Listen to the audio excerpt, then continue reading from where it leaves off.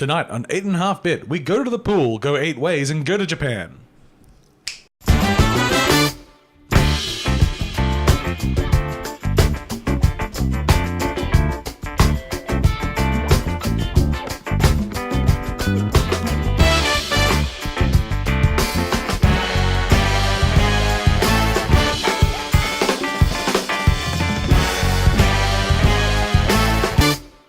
Welcome, friends of all designs, to episode 245 of 8.5-bit, which I'm sure is going to be the most thing just chopped up in front of our monitor episode of them all. Is that going to distract you now, buddy? Yeah, probably. I don't know why a bunch of properties just jumped up in front of the monitor. But and Paul can't see his face anymore. Well, I mean, then I'm not distracted by the beauty, am I? I didn't have to conceal my erection anymore. Oh my goodness.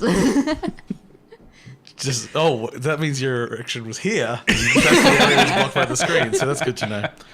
Okay, you bloody peeker, bloody laughers. Oh, let's get really loud and excited in the microphone. I'm sorry. We can't talk loudly ever. I'll be more deadpan.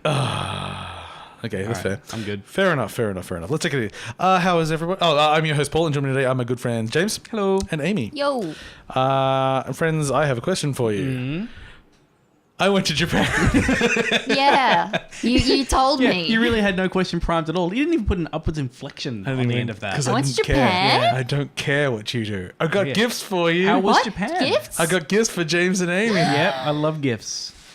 Ooh, gifts. Here you go. Don't spend them all at once. Okay. Hey, keep it away from the microphone. You can open them up together. No. Give the audio experience of opening up some bags. Oh, it's delicious. Okay. Sponge. I have sponges. Uh-huh. Thank you. I heard you needed some sponges. I work at Sponge. Oh, is this tea? Green tea. Yeah. Is this things that you got from your hotel room? Yes. I've noticed there's been a trend of Paul getting me some things from hotel rooms. This actually looks... Oh, it's a hairbrush. Yeah. Oh, this looks actually genuinely useful. I think you missed also in your bag, James. Oh, there's more? You missed... Oh, there's earpieces. And... Got a teeny tiny toothpaste. Hold on, there's other things I missed. Ear swabs. Thank you. Ear swabs. You're like that weirdo at work that calls projectors data shows. Oh, that's good. It's the worst. Yeah. The data show is not working. I mean, if only you said it in a German accent, that'd be good. Oh, the data show is not working. I tried calling you on my handy. And we get a cool hat. Dude. Oh, I do need the bag What's back. this? Oh, toothpaste. Oh, of course. It's a teeny tiny toothpaste. There you go. So Thank that's you, all the flavors of Japan for you. That's it. I've got everything. I feel like I never have to visit now. Oh, I still do. It's all okay. Again. Especially this sponge. It's all been done. What Oh, that sponge is compressed, so it's going to get bigger. Really? Oh, yes. Because I took one on a very hot day. Yeah. I thought I could do myself a little mop down, and I really could because it's a big sponge. Oh, I know. Well, big maybe overselling it. No, I mean, anything said about any of these you've things really is set some overselling. high Yeah. expectations. It's true. Yeah. It's made in Japan, apparently. Well, as they call it, Nippon. Oh, you even speak the language. Oh, I do. So what's the best term you picked up? Oh, well, I only said 3 words. Which over were? there. Konnichiwa, Yep. arigato, Yep. sumimasen. Yep. Yeah. And that was it? You're good? That was it. Wife learned konnichiwa and arigato. She just said, fucking excuse me. Okay, fair enough. But good times? I mean, it's Japan. Yeah. Oh, People have been there before. Yeah. They'll be No, there again. Nothing special. We were on the Shinkansen when the typhoon hit. Yeah, you didn't die. No, it was just drizzling when we were, Yeah. but it did hold up. One of the most reliable trains in the world. Yeah. So we just sat there for 3 hours, twiddling our thumbs, and I was playing Danganronpa 2, passing the time by murdering high school students. You're not murdering high school students. The way I play it, I do. I just delete the save file every time I see one I don't like. How do we get? Okay, I mean, I will bring up some Japan stuff during the show Yes. probably, but this isn't the Japan show. But it could be. It could be. Should be. James, what have you been doing for the last 17 weeks? Just playing Destiny 2. I fucking hate you. Playing Elder Scrolls. Not playing anything that I can talk about.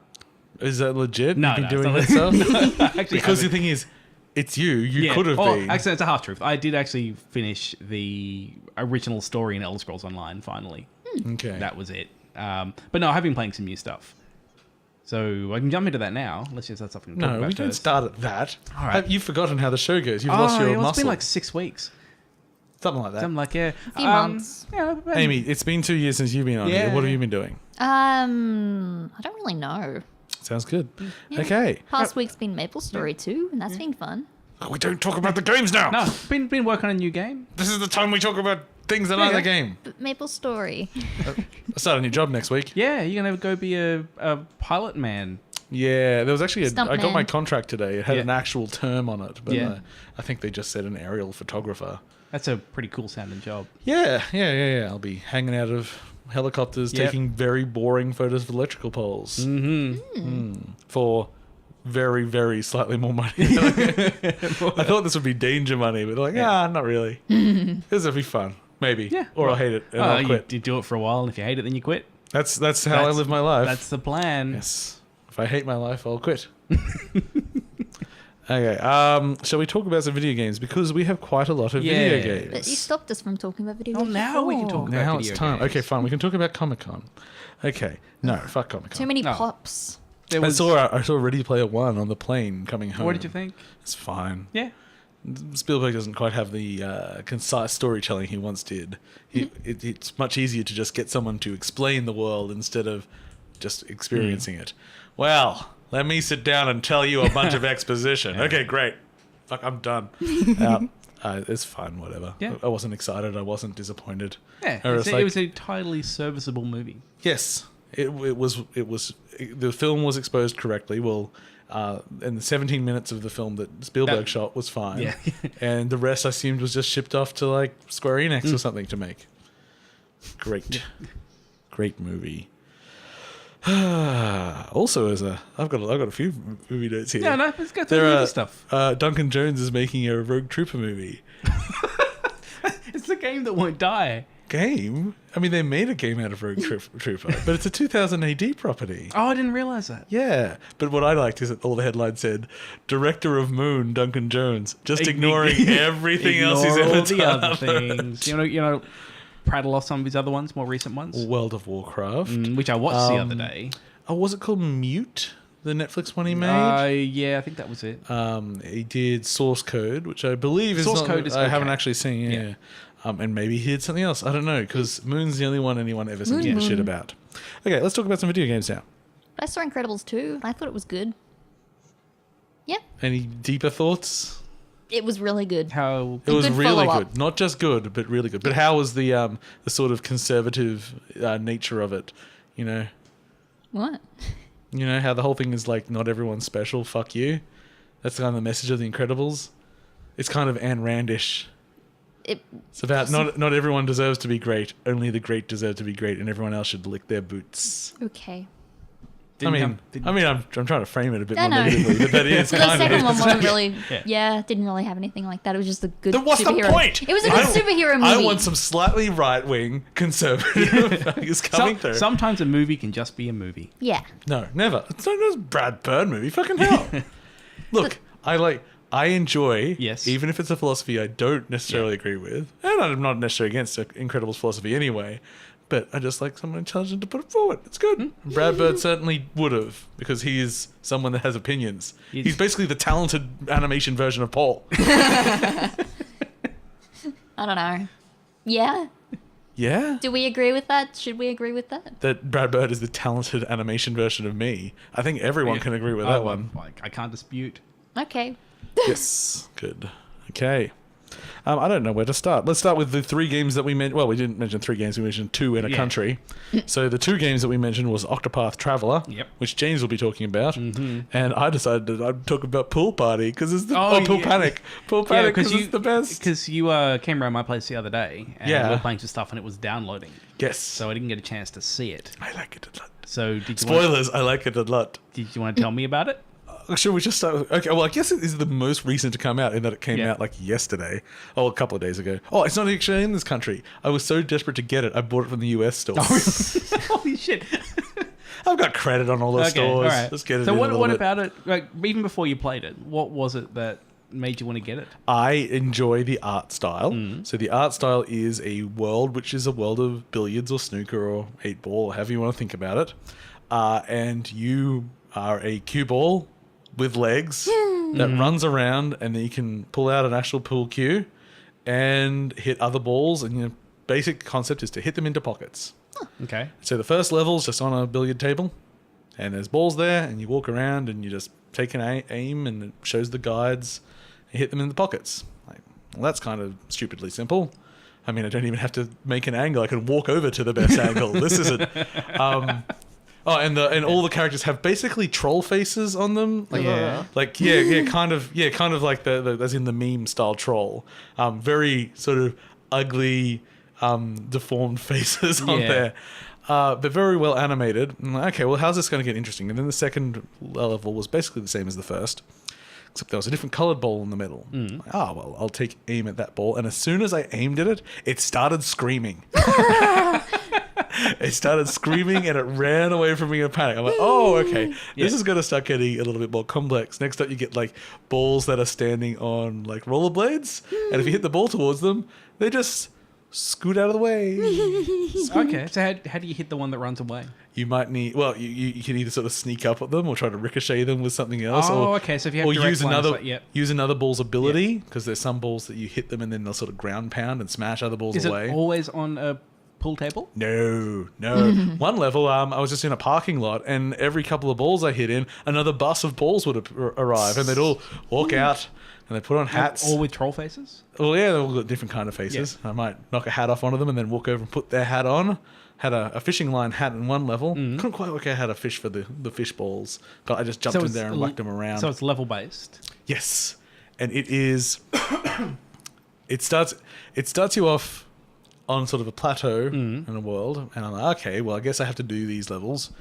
Not really. You can just start walking and walk to things that are... world. No, it's just a big open world. Okay. It's a big open hub world, and that you can go into each individual level. But then it's just full of, well, at the moment it feels like endless. It won't be endless, but it feels just like at the moment anything's a possibility. Like there was a sort of shack on the map, and the map's quite zoomed out, and you're just walking around as a ball. And I walked towards it, and then it went closer to sort of a high def version of it. Then I walked inside, and I was inside a bar. And then I could talk to each of the balls in the bar, and they'd walk over to the billiard table, and they'd have a separate challenge for me. So they could have just... So there's billiard tables in this billiard world? Yes. Does it have tinier billiards on it? Yeah, pretty much. This hurts my brain. And those were puzzle levels where I had to solve them with one hit. Yeah. And it's... Yeah, and that was... So that's like... You've got an overworld, then you've got a mini world inside of it, then you've got a selection menu going into different... Like that, they all could have just been a map on the screen. Yeah. But instead they're just like, how can we whimsical this up a little bit? And there's a lot of whimsy going on. As I say, like the puzzle levels where you had one hit to do. But each level has... So there's time, number of strokes, not sinking yourself or the 8-ball early.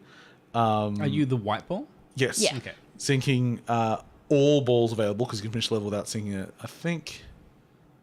Is it just the... So it's got 4 different criteria. So 4 different limits to finish the level. So you can finish the level basically with just completing it and not getting any of those criteria. The first level, I just go, fine. I think I missed the time one because I was experimenting and didn't realize it was there. I haven't got close to getting all of them on another level so far. This game's hard as fuck. But... it hasn't stopped me any progression. Yeah. Like you can walk through this game sort of just mindlessly hitting balls over and over again, taking your time, doing as many hits as you want, whatever. As wacky as it gets and as hard as it gets, you got freedom to do it. As soon as you actually start trying to match the constraints, it suddenly becomes a game that's quite hard, which kind of means anyone of any skill can play it. Because you just make the funny balls run around. Like there's some levels you can win without hitting the ball once. Just chase them in. Yeah, like there's chicken balls. I'll chase the chickens. And they're running around and fall in a hole. So I haven't really thought about having where you've got a mechanic before where the constraints are just, if you want to do it, do it. Like, that's actually a pretty cool idea. And I seem to be progressing still by completing the levels, not necessarily by getting all the challenges. And things open up in the world. Like, at one point, there's a highway is blocked by all these billiard balls on motorcycles. But I take a long way around, and I get in front of them, and there's a level there. And that level is straight up a road race, and you're knocking all the other balls off their motorcycles. And then once I do that, that shortcut opens up on the road, and now I'm like king of the bikers. How does a billiard ball ride a motorbike? Well, these billiard balls have legs and arms and stuff. Oh, so that does make it a bit easier. Yeah, yes. and they These can faces scream. are great. Just it's ugly. It's Adult Swim and published. Oh, okay. Yeah, it's a lovely cartoon style. I've been playing it on the Switch. I thought it was something that was going on everything, but I think it's actually just on the Switch. Exclusive. Yeah, I think so. At least I was showing someone a trailer Oh, today. it's on Steam as well. And it said, "Oh, console exclusive." It's How much different. was it on Oh, Switch? yeah. I don't know. I just wanted it. I just wanted it so badly. I think it was $15 US. Okay, that's about what I'd expect. I was thinking Yeah. like 20 Australian would probably be the sweet Yeah, spot for yeah, something around like that. Yeah. So far, it looks like it has a lot. Mixed reviews, $15 US. Well, $14.99. Well, Yeah. people can be mixed. I think it's really cool. Yeah. Yeah. So far, very just it's like full of creativity at the moment. I think probably if you're gonna criticize it, it would be because it's not really a game. It's like you can, and it's hard. As I say, it's kind of hard as shit. Because one of the things it's like, okay, billiards. It's got a horse, it's a ball. It has everything in Brawl. It's pretty amazing. But it has so. Just thinking about like so billiards in its own is a geometric puzzle. Yeah. But these are peoples that can run around and scream and communicate and have their own AI. So it's not if you say you can beat this in 5 moves. Well, that's 5 moves if the ball doesn't fucking run off into a corner where you can't get it out of. And do it before the time runs out. Yeah. So it really is. I suppose it could be a kind of bit unfair, but at the moment it's a playground. Yeah. And I'm having a lot of fun with that and just finding all these little secrets. And How many it looks levels are great. there? No idea. I think there's a countdown at the beginning of a thing that's like 110. Okay. And I think it goes down every time I beat a level and, Yeah. and record it. But then there's also like there seems to be a lot of secrets and stuff. Like inside a level, I attacked a bit of scenery, and I got another ball. Which, if I liken it to anything, it looks kind of like Putter's green. But then when I left the level, that ball came with me.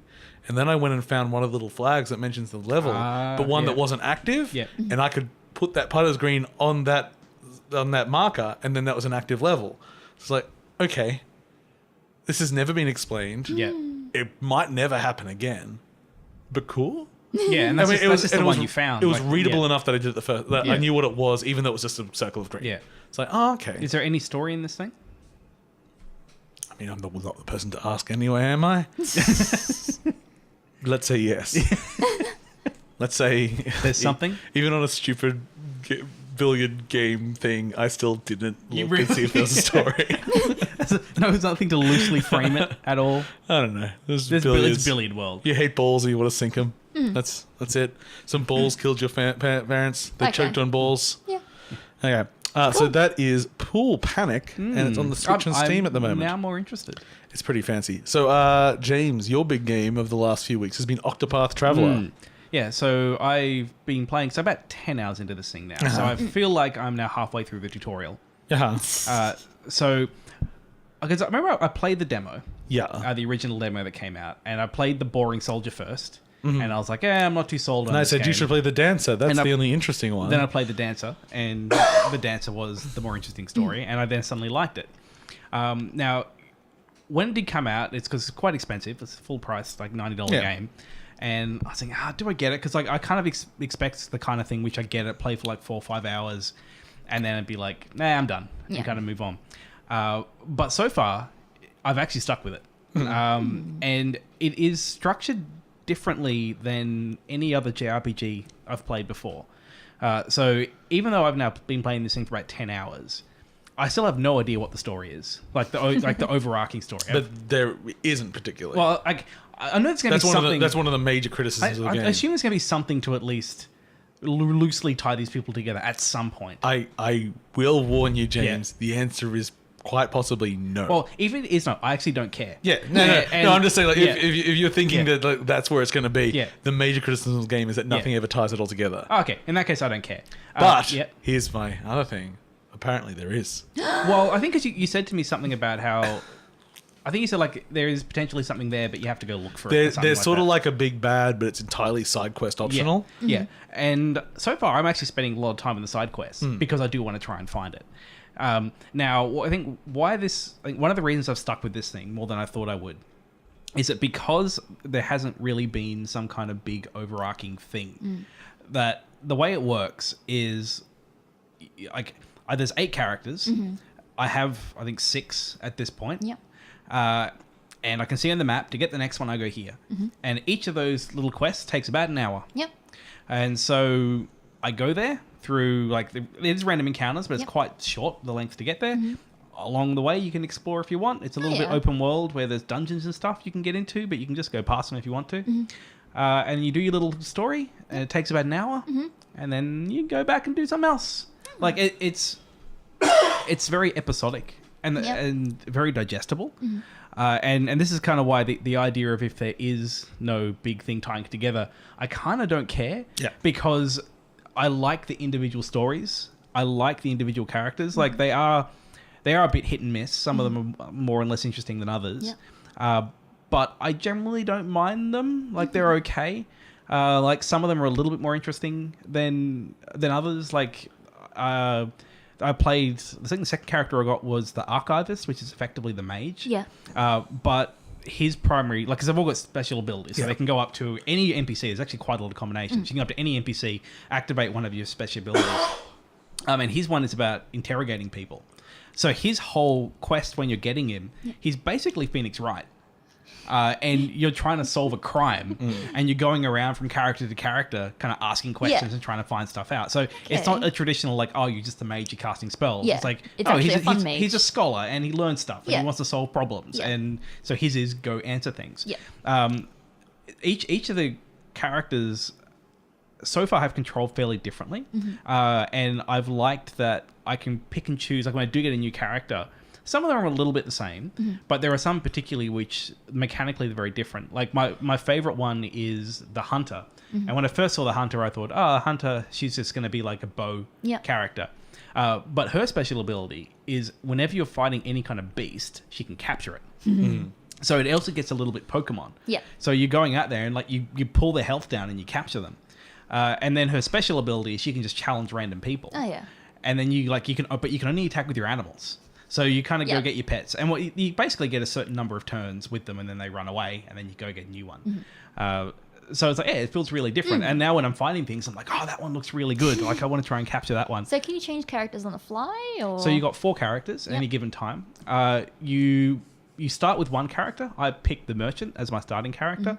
She's the first character is the only one you can't swap out. Okay. So the other, you got 3 slots. But then you get characters which can recruit other people. So I've got like a cleric, and she can basically call people to come along with her.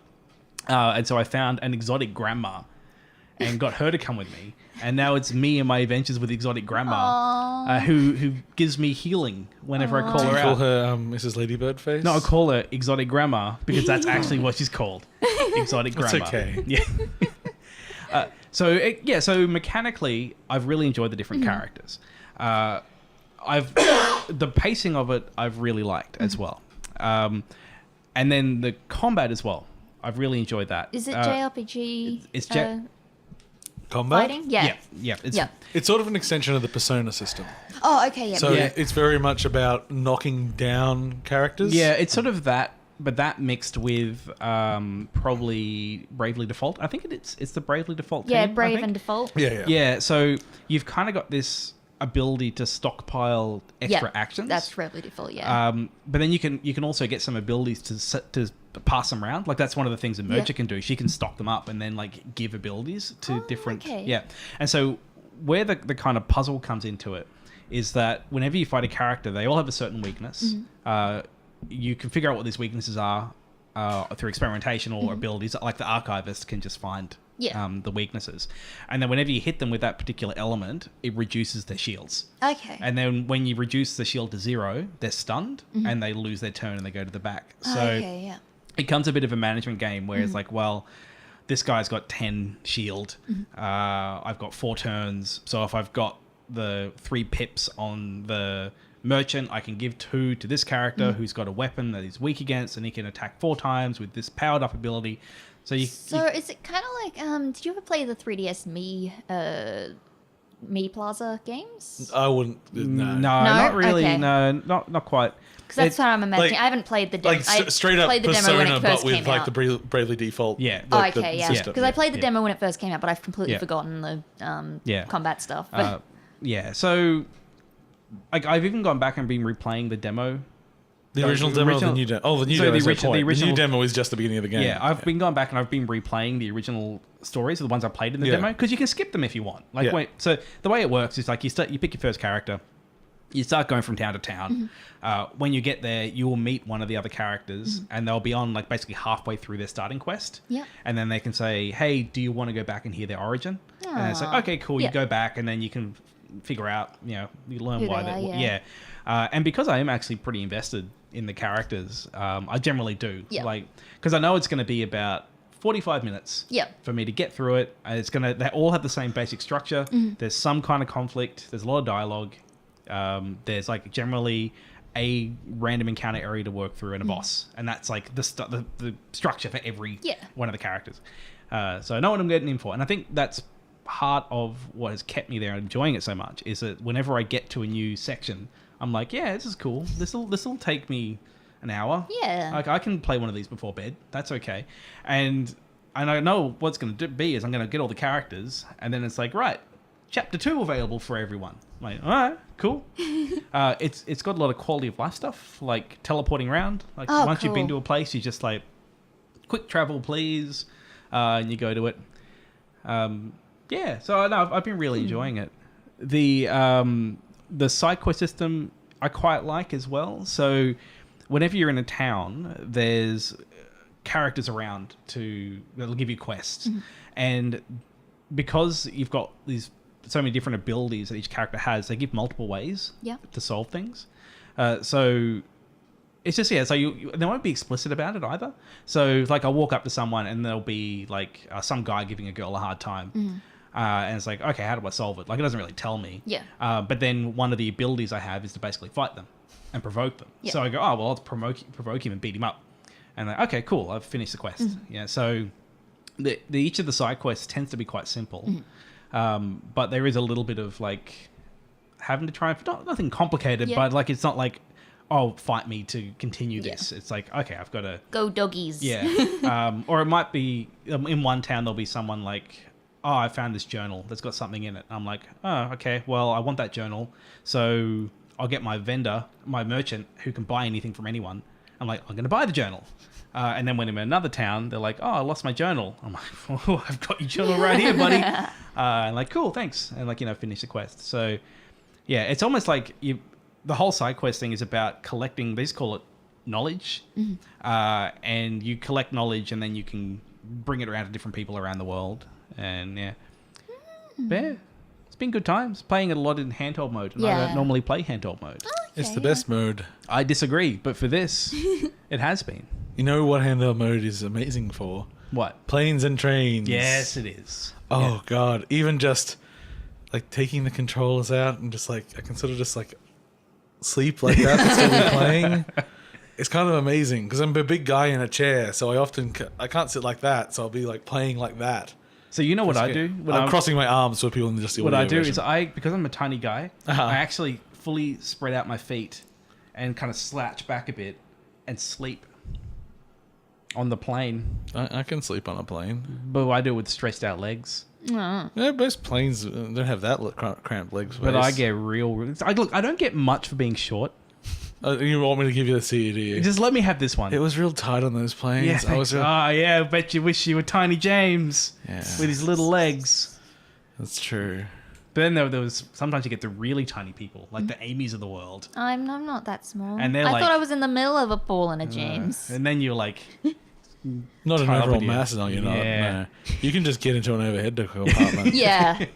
You could be a suitcase girl if you wanted. Mm-hmm. You sent me that the other day. I managed to forget Suitcase Girl. Nope. You'll never forget Suitcase Girl. How about some news? What a weird mix of news that I randomly put in this file over the last few weeks. Let's find out. Okay. Not important for anyone, but in news of the last couple of weeks. The last 6 weeks. Someone was digging through the INI files of Aliens Colonial Marines, the famous terrible game, and they found a little thing that a typo had been made, which disabled some of the game's AI. Now, I looked into it more. The reports of how much difference fixing this typo makes are mixed, but it seems that at least in theory, this is the AI that makes these things like recognize you and flank you and actually move around. Not that it's going to be necessarily good, but not as bad as it was. I love the idea that a one-letter typo could have potentially fucked that entire game. Oh, yeah, I believe it could have. I mean, that thing was... It seems it didn't, but it's a good narrative. Oh yeah, but just in terms of like, it probably did worse because of it. It's generally why crunch is bad, because this kind of shit can slip through. Yeah. That's why I copy and paste all variables. That's how you do it. I never type them. Yep. Because I'm a bad speller. Okay, PSA, Resident Evil 4 HD texture mod has been finished and has been released. Whoa. I downloaded it and I started playing it, and I discovered one thing. What? They've done a really, really good job, because at first I was like, is this even on? And then I turned it off. So it's how you remember it, not how it was. Yeah, it's much, much better. So on PC, you can grab that, and I chucked on a Field of View mod as well. So is that an official mod? What do you mean official mod? Like this HD pack? Out by there's the been company. Some fan one. Been real dedicated fan base for the last few years. Okay. I've been following them for years now. That's cool. They'll be. I think at one point they literally went to some of the places that the team originally took photos, and they went and made their own photo sources of like certain like archways and shit like that to get like. Yeah, they went nuts with it. But great work. Dead Cells has a release date because it still hasn't hit version 1. It's coming out in August, and that also includes the Switch port. Yeah, I'm real excited to get this thing on Switch. Which I'll be getting as. In the most exciting news of the last 17 weeks, for most people, Jim Carrey has been cast as Eggman in the Sonic movie. Great. Sure. I love how crazy Jim Carrey is. He seems to be crazy in the best way. Like, he's very benign crazy. Oh, no, he's got some real crazy as well. Well, he's an anti-vaxxer. Oh, yeah, I forgot about that. But then he also just has, like, he had some real, like, he's had some real shit in his life as well. So it's like, he's partly crazy, he's partly damaged crazy, he's partly funny crazy. I mean, either way, I like that he makes things. I want to see what he does as Eggman. Yes. Do you fall on Dr. Robotnik or Eggman? Robotnik. You're wrong. Robotnik. Eggman is the only correct one. Robotnik is the bastardization from the West. You monster. Where I am from. Yep. Not me. I'm Not you. I'm No, now you're a nationalized. I'm a true Japanese man. Nipponese now. man. Listen to me speak Japanese. Konnichiwa. Yeah, I say a bit creepy. Konnichiwa. Suzuki? Subaru? Yeah, I was trying to think of another bike, but I couldn't think of it. Toyota. Anyway, what we missed entirely, so we can only do the end of the story now. So We Happy Few was denied classification in Australia, but we haven't had a show since that happened, so we've never said that bit. But now we get to say the next bit, which is they got reclassified and they have been classified in Australia. So Hooray! you've missed the Yay. entire story, Yeah, everyone but it that wasn't paying attention in real life. Yeah, drug use and all that. It's one of those things. It's going to continue being a problem for the foreseeable future until we actually get Proper. until we actually get the guidelines changed. That's Yeah. the problem. We've got an R rating, but the guidelines never changed. So, oh well, we'll see what happens. So, do you want any amiibo that have disappeared from the shelves, James? Maybe a Mega Man, or maybe a. Do I have it? Are there any that you want? Old Yoshi? You want old Yoshi? Well, good news for you, because They're as coming back. the new Smash Brothers comes, all amiibo are getting re-released. Oh, really? Yes, Yay. and all there's the a Ripley. all the new ones. You'll get a Ripley. You'll get a Snake. And a new Awesome. Squid Girl? I did try to get the new amiibos for Pearl and Marina. Yeah, that didn't Yeah, happen. no. No. I ordered mine way back when they were first announced. But you know what? Nintendo does actually re-release these things, so They haven't released the original Squid Sisters yet. And that's what I am waiting for. I've seen them around, right? No, they're the You don't know what he's seen. Huh? He's seen things, man. Yeah, see things you can't even imagine. I was trying to remember the line from Blade Runner about he's seen. Oh, this film, I can't remember. I don't know. Poor It's Baddies thing. disappeared like tears in the rain. Well, before that bit, I'm saying he sees like ships crashing off of something or moons something. of Titan or something Like that. I'm really good at remembering Titan things. is a moon, I think. Okay, there was a big Warframe event. Warframe now, like the biggest free-to-play game on PC or something. I was seeing something today. They had showed off a whole bunch of new stuff, and they also announced that it's coming to the Switch. Yes, yeah. After that, I jumped back into it. I haven't been given a play in a while. You think fell I out? pulled out my headphones on did. accident. I can't hear anything anymore. And yeah, that game is totally worth checking out. Like, it's very free. The big problem I still have with it is I just don't like the art style. No, okay. And I don't mind the art. I think the art got better over time. No, just the style. Yeah. Like I can't fault it. You're it's not, fine. You're not a Dark Sector man. No, like it's fine for what it does. But subjectively, I just don't my like problem it. with Warframe is that I like the game. I think the art style's fine, but I'm me, and I'll never play enough time to get to the cool shit I want to see. Yeah. Like I remember we tried to do it as a game club once where Yeah. they just released like the space battles. Oh, actually, I'll talk about that in a second. But just where you had space flight, like you had like the wings, like, the wings suit. It's like, oh great. I It's only like, just unlocked it. yeah. Well, Yeah. how long did it take to unlock? And this is Well, after. actually, I think unlocking it doesn't take that long. It's just the game is so obtuse. It's hard to know. It's yeah. really hard to None of figure us out, got close yeah. to unlocking it Yeah. back then. But on the space battles thing, it's now you have actual ship-to-ship combat. Yeah, so that's coming. Yeah, But team-based. So it's like 4 people on a crew fighting other people in other ships. Like, there's thieves, with content. With so all, much content. with all the other parts of the game, so you can leave, go into space, fly over to the other ship. That'll be, So- it's real. It's crazy big, that project. I wonder yeah. if they'll be able to port all of it to the Switch. Because it seems like there's a lot of moving parts now. There's all the like new open world Yeah. areas and stuff like that. I honestly don't know if I want to play that thing without a mouse and keyboard. Like it's What such about a twitchy some good game. tilt control? No, maybe with some tilt. Look, I can combine. I actually don't know if I put it as a. Oh yeah. I put it as a news item, and I can put it in as my playtime because I decided to play to test. Speaking of tilt control, we're moving on from Warframe now because fuck Warframe now. It's time to move on. Well, you don't fuck Warframe. It's a good game. Yeah, there you What? go. It's really good. I'd fuck it. Yeah. I mean, if it wanted Oh. me to. Oh yeah. Consensually. Yeah. Fortnite. After everyone was like, "Why isn't this in there?" when they released it on Switch, added motion controls. Woo. And I quickly went on. It's not the best system to turn them on and balance them because you sort of got to set a sensitivity in the options before you get into game. Maybe you can change it in game, but I'm not going to be jumping into menus. You in gotta- a you gotta get that battle chicken dinner. royale. Yeah, they work great. I'm like, oh, good. I can now accurately miss. Yeah. Do you like everything. Fortnite now? No, I've never played 2 rounds, which I feel like I'm an old hat. I got my I chicken worked dinner. out how to fire a fucking gun this time, so that was good. I've had one chicken dinner in that game, and I should never play it again. Sounds good. Okay. Let's stay on Battle Royales. The weird story. Let's talk about the weird, strange story Yep.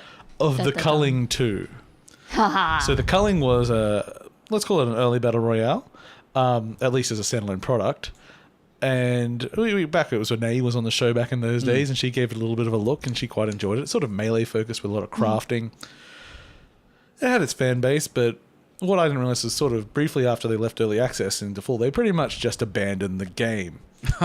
Yeah. Like literally like 2 weeks.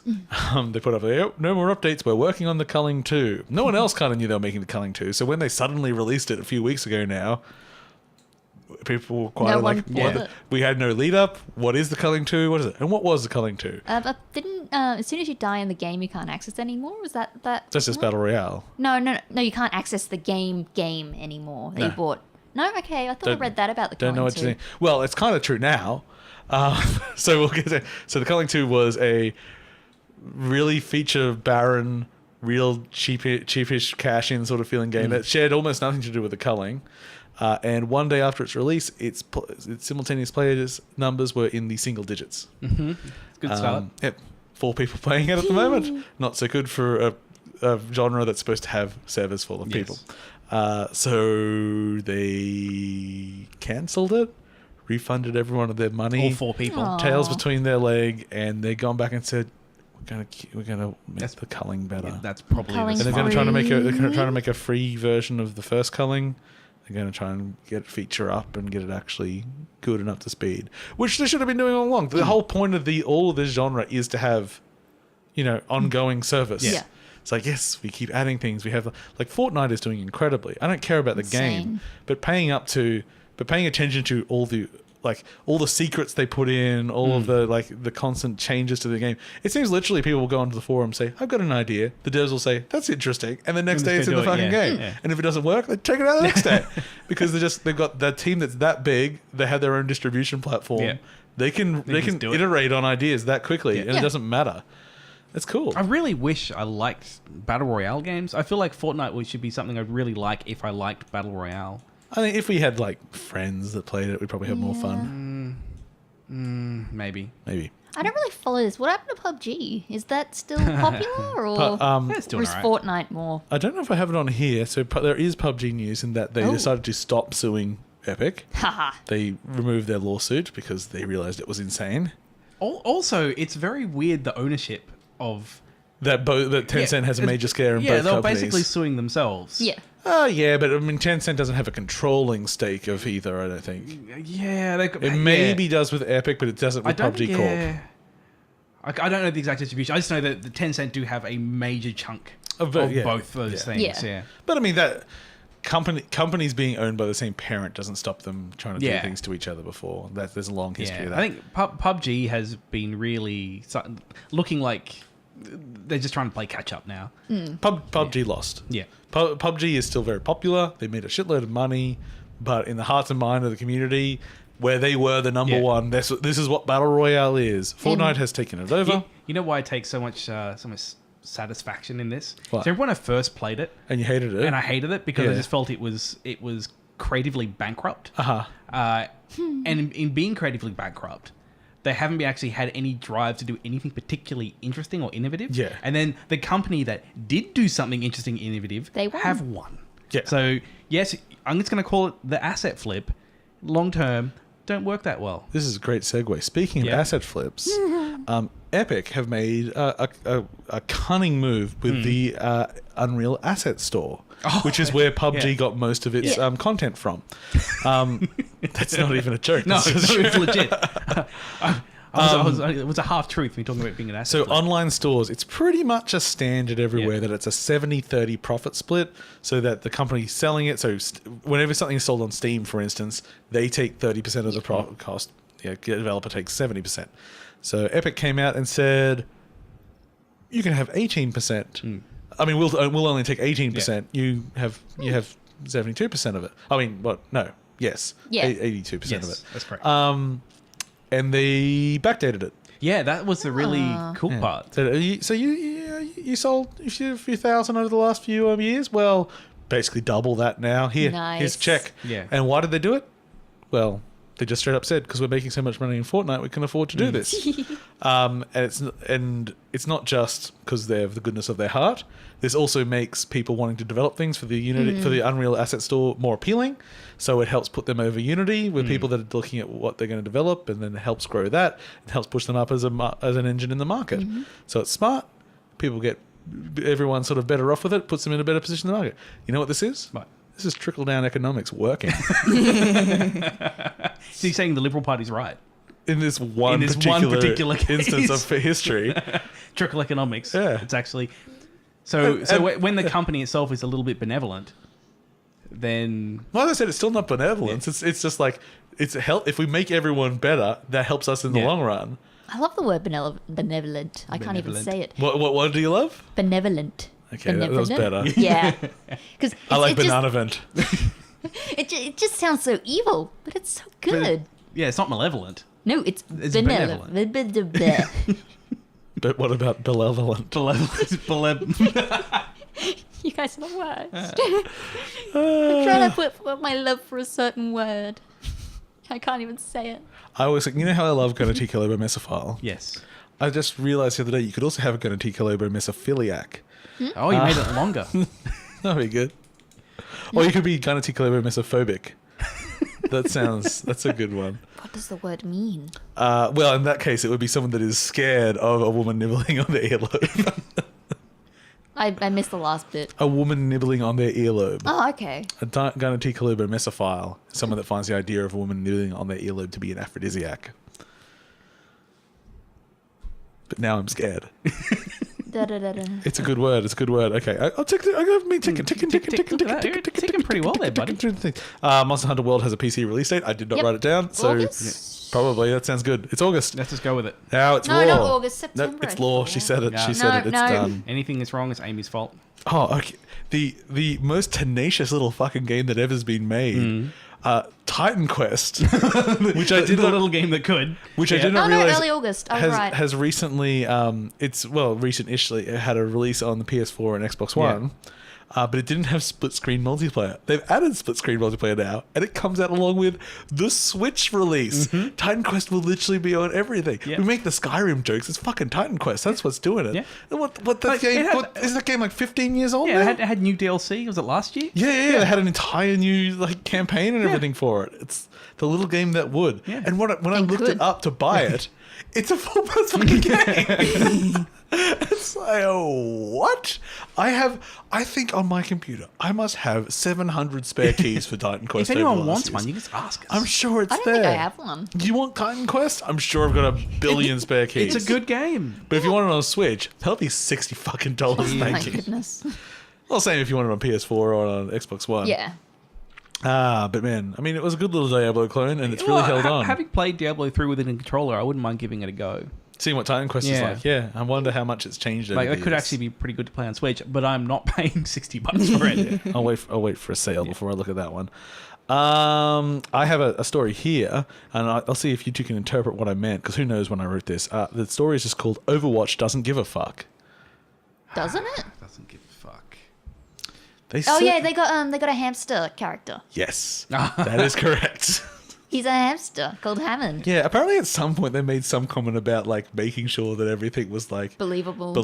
And now they have and now you can have a hamster, a giant hamster character ball with Yeah. a grappling hook as well. Yeah. I mean, I don't know how they ever pitched to the audience that it was anyone was supposed to be believable in that game to begin with. I'm really excited on the cosplay for that thing. Yes. It'll be interesting to see. Will people just bring their pets or No, people? I want someone in a giant hamster ball. I just imagine it'll be like the ball, and they're in the ball, and they just have something on the outside that sort of sticks to it as the hamster.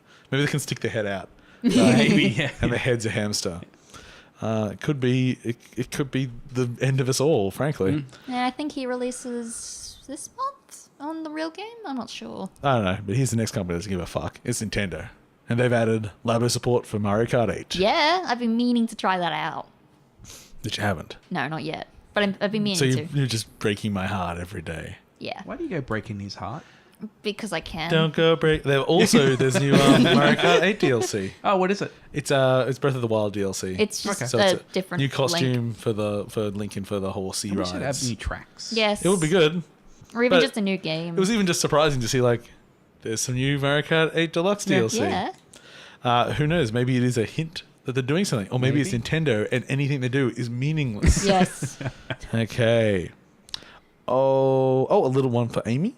Oh. Some Spyro news. Yeah. That's right. Hold on to your tits, baby. Here we go. Do you like Spyro's original soundtrack? Mm-hmm. Well, they're re-recording a new soundtrack.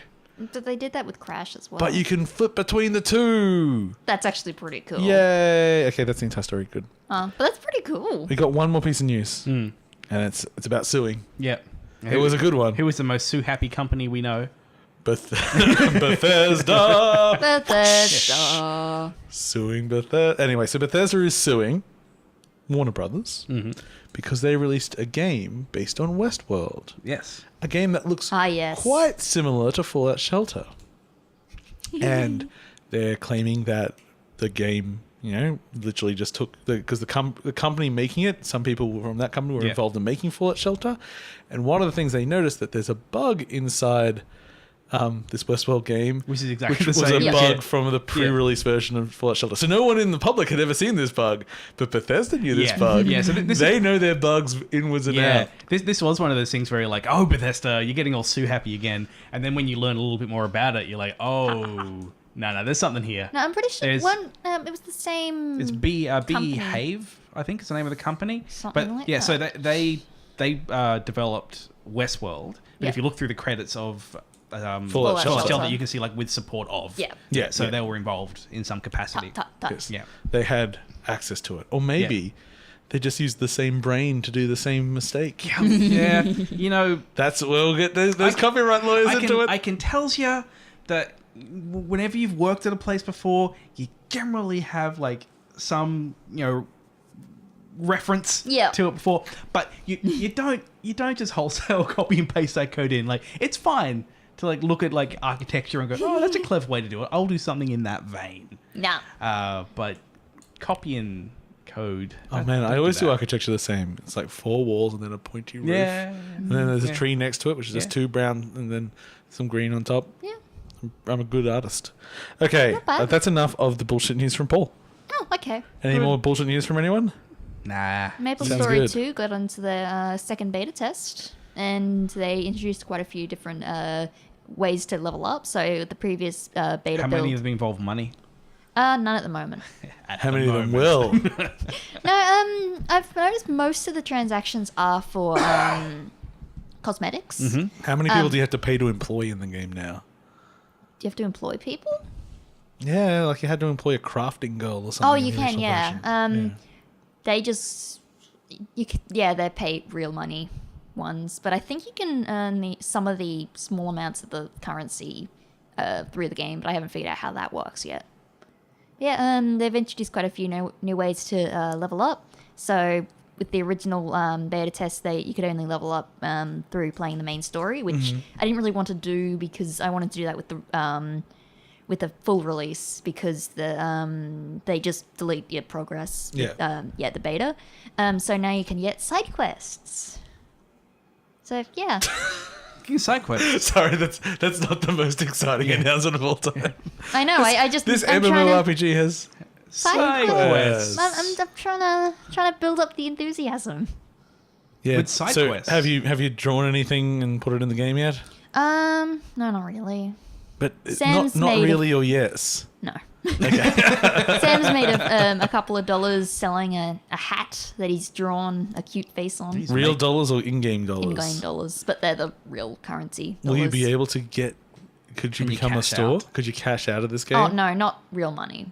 You can earn the currency thingies through sales. So no matter how many tentacle pants I make, no one's going to give me real money. No. Ah, I mean, there's no. black market trading stuff you can earn real money through, but I'm too scared for the black market. You want that sweet grey market. Yeah. Is there a grey web? You know, like this dark web.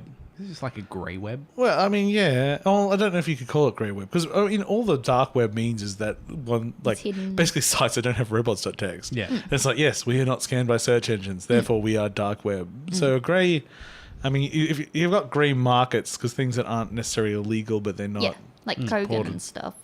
Yeah, you got that, and you also have strange things like you get weird things with, say, pornography. Yeah.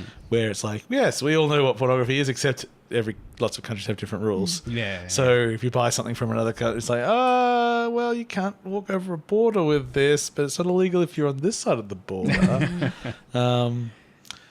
Yeah, that's why I had to watch out for this duck that I have in Japan. I wasn't sure about Australia's law on this muscly duck. He's pretty good. I did want the muscly rooster, but No, there was actually one time when Cactus has balls.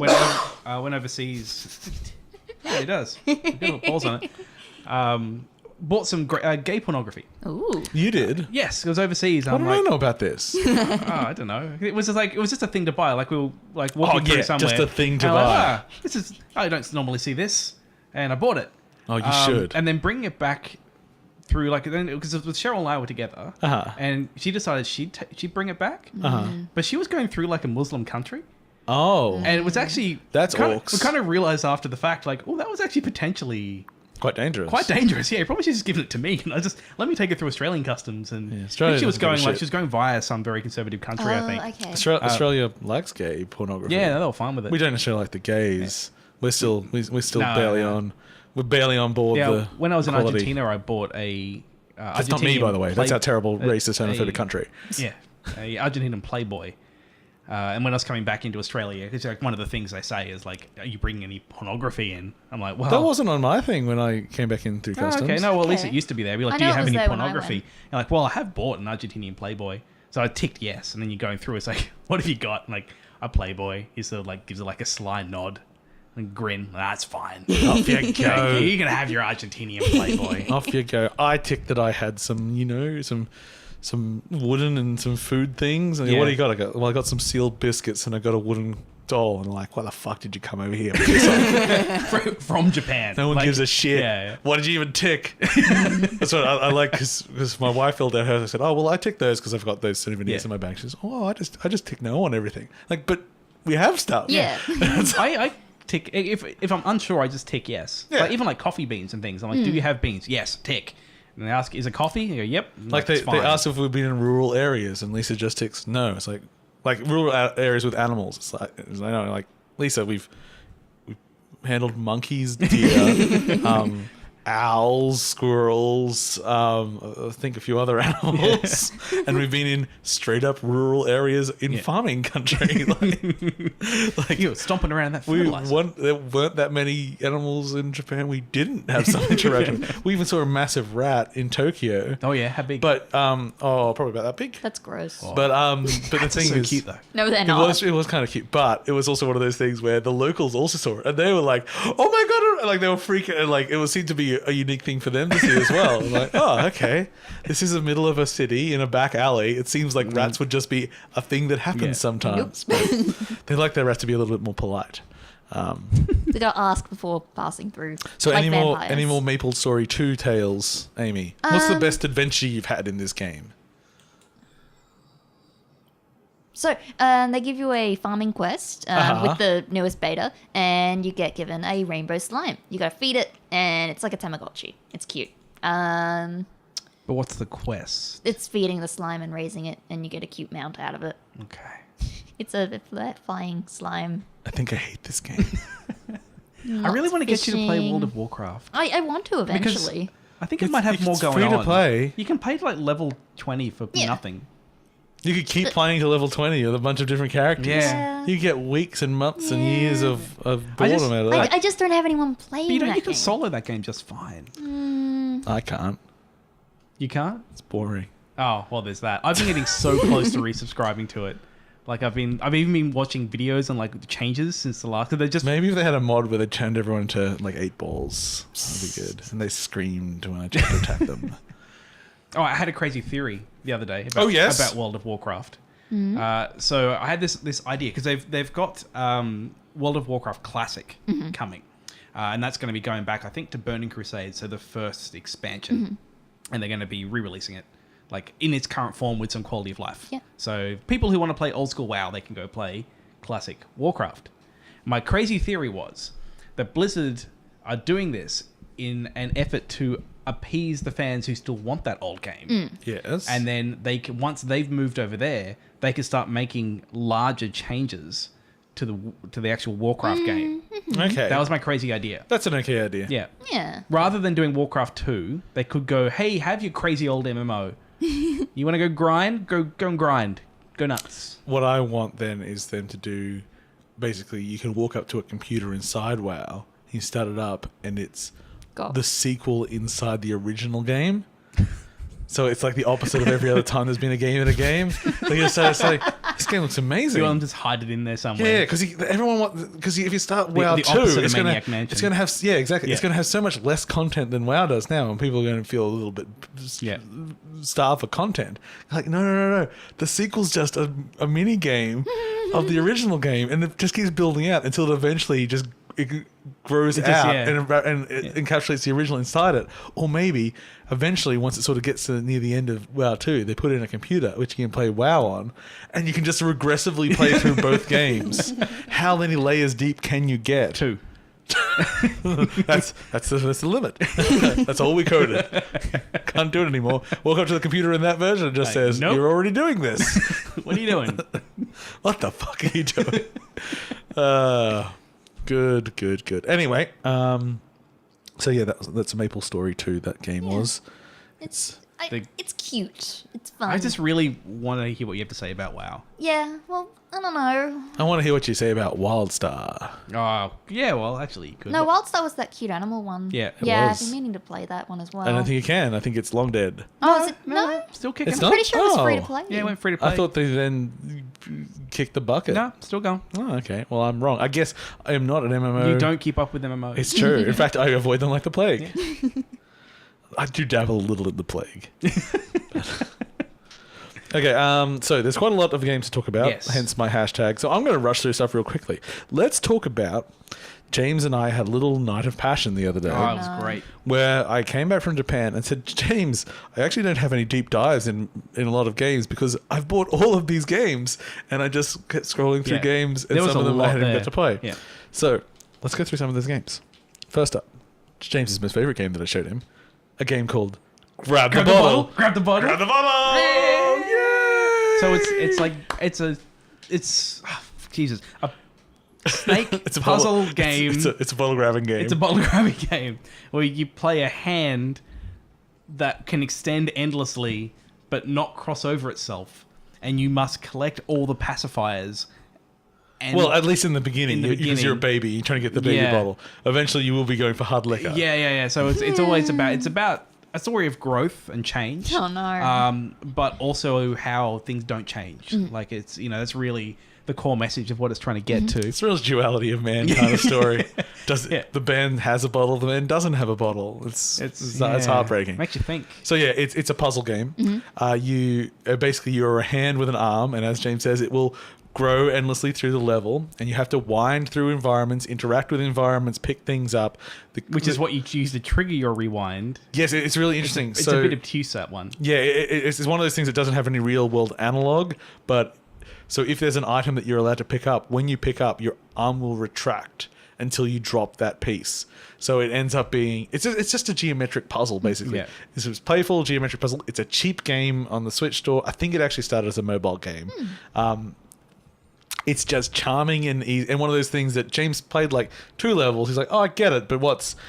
And even like third level, it's like, oh, by the way, we're ramping up the complexity, and you actually have to pre-plan now. I think I ended up playing about 5 or 6 levels of it. I think you played through a good few. I actually found it. Yeah, it's like I thought it was dumb. You thought it was stupid when I first showed you. Yeah, and then it did such a good job at introducing little things. I was like, oh, okay, now I see. Then it got too hard, and then Paul had to solve it for me. It was Braid all over again. What I'm saying, it's the Braid of bottle grabbing games. It's what it is. Man, Braid was a good game. Should go back and play that again. I really liked how you solved that game for me. Yeah. I miss the days where you would buy things and not be able to complete them and just watch me play them. Those are Now glory he's got days of our Cheryl. friendship. That was Cheryl plays shit for me now. Fucking Cheryl. I hate her. Stealing your thunder. I'm going to break her thumbs. Oh, it's going to make it real hard for her to doctor things. She just prescribes things. It's like, sorry. I mean, I know you just need this splinter removed, but... So, morphine? Very well. And so it begins. Our descent into madness. Okay, so that was first game. Okay, what other games have we got here? So I got Mario Tennis Aces before, but we haven't actually had an episode about it. From the demo, I don't have a lot more to say about it. The single player so far is good. I believe it's quite short, but I've been stopping myself from playing it much. Not because I'm not having fun with it. It's a good challenge, but Mario Tennis Aces is a very, very good tennis game that is too complex to play as a party game. There is a simple mode you can play, but that sort of takes the fun out of it. So if I get too good at the game, no one will ever play with me. When we have party mode, then yes, Paul will just win all the games. Yeah, and that's not fun. It's like, so I need to not finish the game before I have a good party with everyone. And then you finish the game. And then I can go like, okay, well now that I've lost a few rounds, I can go and do this because no one's ever going to play this game again because we'll all be playing Muddledash, which we'll get to later. But weirdly enough, I got a bunch of tennis games on my Switch over the last few weeks. Oh, no. So the other games are much more suited. Now, there's 2 games in particular. One is called Spiritsphere DX. Now, this is really...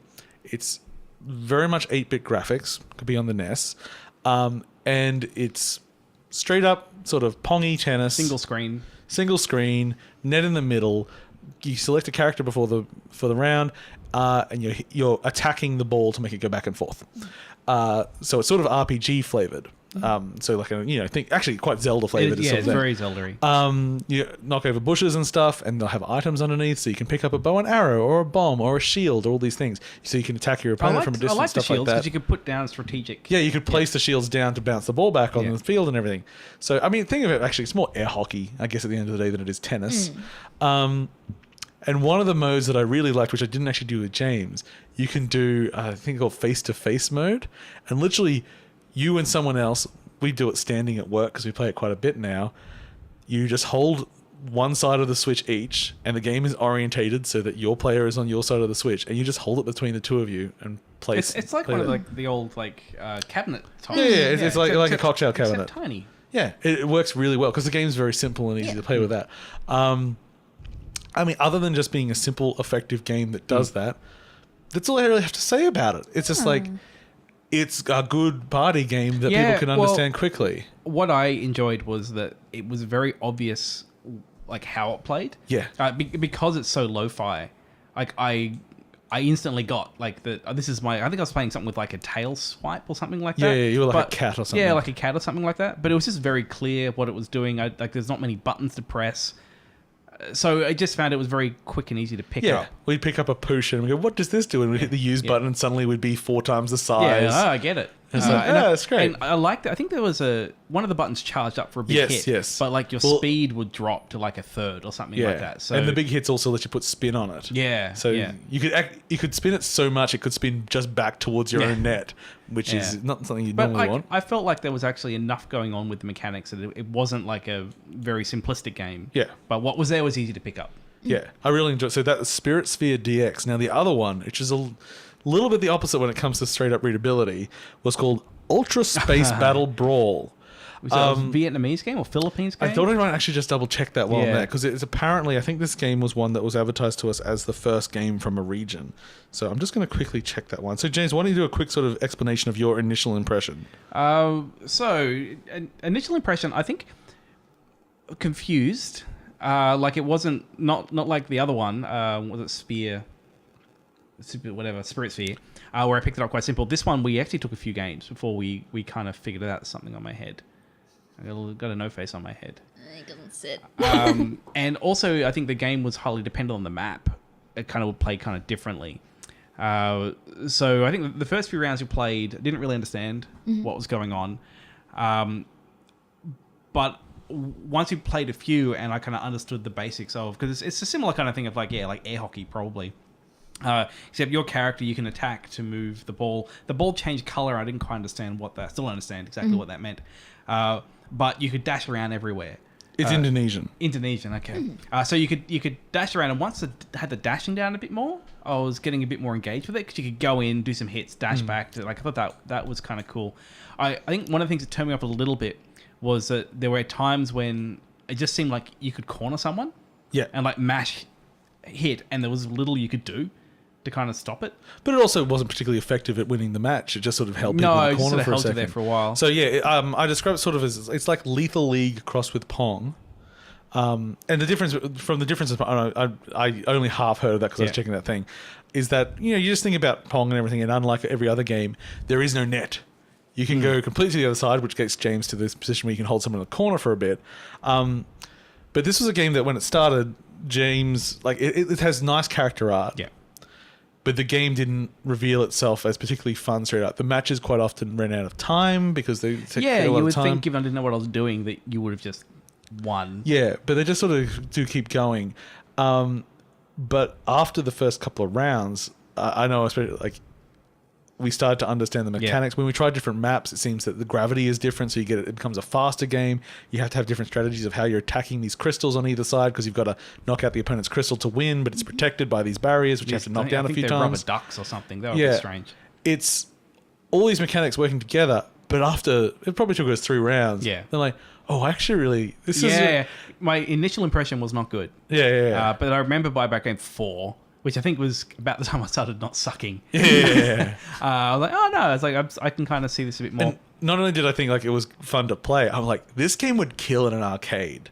It's like it feels really, really arcadey. Like I'd sit down with 2 big sticks and I actually think it's a game that I think we want to encourage more people to play around because is kind of unique in it, and there's a lot of strategies to develop. It just doesn't give a good first impression. No, because it looks good. It's not readable enough.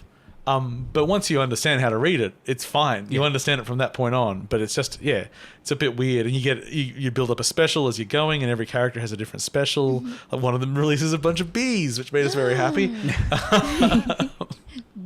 So it was a multi-ball, or one had an invisible ball, which I thought I really enjoyed. Or there was one where you just put this like barrier forward, and if the ball got caught between, it would just keep pushing it forward. Sort of like a Symmetra. Force field forward. Heaps of ideas. It's quite attractive to look at. Sort of a bit almost like something I would have expected on the Neo Geo.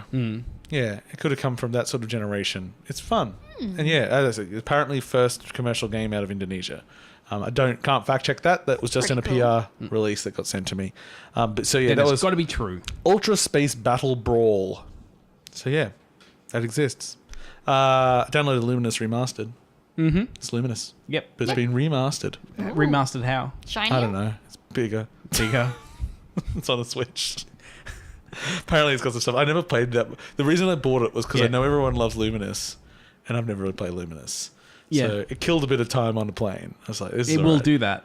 It's just got a good soundtrack. It does. On PSP, I played a lot of that game. And now it's bigger and it's on the Switch. It is now slightly bigger. So we mentioned a game before, Muddledash. Oh, yeah. Muddledash was a game I bought. I don't know why it appealed to me so much. I saw a trailer for it weeks ago, and I was waiting for it to come out. And all I'd see was basically all these octopus characters running around, holding a present, having a race. That's the game. And That's the pitch right there. I bought it. And I'm like, Yeah. okay, I'll give this a go. Wait, this is multiplayer only. I can't even start a match by myself. Yeah. Oh well. So I said, James, you have to play some Muddledash. And what I've said is exactly all the game is. Yes. It's a randomized levels where a bunch of octopus fight over a present. Up to 4. Up to 4. Fight over a present to take it to a party. Aww. And the thing that I think is kind of genius about this game, I think it's a great party game. Probably not something that's going to you have tournaments for Muddledash. This is like a give to anyone, have some fun game. Yeah, I think it didn't have legs, is what It had a bunch of legs. Yeah, that was Had at my least 4. funny joke. Yeah. Because I felt like I had a great time. Yeah. We played it, and then I got bored. Oh, this is certainly a game that I would pull out for a group of even people that played it before. I'd pull out like at the beginning of a game night, or maybe like when it's starting to slow down a little bit. Yeah. Hey guys, let's not think for a while. Let's play some goddamn Muddledash. Because one of the things is, I said to James that it reminded me of like if Mario Party minigames were good. In that the main mechanics, you ran, there was a dash, you could jump, and a kick. That's all there really was. But everything that made up the levels was designed to group people together, slow down the person in front, let's keep it. So, say there was long grass for one. The first person that runs through the long grass is slowed by it, but by them running through it, they push it down. So the next person gets through fast. If you hit, they got these There's sticks like that stick turret up. things, Yeah, you hit them, it throws the thing forward. So if the person you're chasing is right in front of you, they'll get hit by a projectile. And you if get the run present. past You it, get that and sweet take it. present. Yeah. There's slippy things. It's like there's every single mechanic. It's like some timed thing where it's like a rotating thing with a passage through the middle. Yeah. And if you're first to it, you always have to run over it. But if you're a bit behind, it's going to be It's going to be known as pass through. It's like all the obstacles that were there were to slow the person in front. Yeah, and like if you fall back out of the screen, you just get respawned up ahead. Yeah. In fact, if the person with the present is crappy and they fall behind everyone else, them and the present respawn elsewhere in Well, in yeah, front of because you I as think well. there was sometimes when I was ahead of you, but I didn't have the present. Yeah. And I just pushed on. I was like, Yeah. well, fuck this and poor guy. gave you a chance to get the present then. It's like every single mechanic is just designed for this one goal. This frantic battle for the present. In fact, some of the funniest battles were right in front of the doorway to this party. You can't get in without the They present. won't let you in without There's a a guy present. at the door They're and he's like, sticklers. no. You have to have the present. You gotta bring a present to get in here. It's just like people just badly hitting each other and jumping up trying to grab this fucking present just to get into the party. It's simple, like it's a cheap game. It's a simple. I can't give you the actual price here, but I believe it's less than $10. It's not going to blow the world down. It is only multiplayer. Yeah. I think if you've got kids, I think brilliant with Oh, kids. yeah. Like, Yeah. it's not like, I don't know, like Towerfall or, Nidhogg. Like, it doesn't have that much there. There is no skill ceiling in this where someone's going to be, I'm not playing with them, they're too good at Yeah. Muddledash. It's like, no, you just kick them and the present falls off.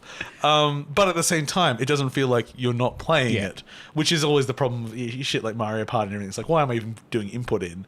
Who cares at the end of the day? They're just going to take Who whatever does they care want. indeed? Yeah. Me, I can't wait. Are you going to play the new Mario Party with us?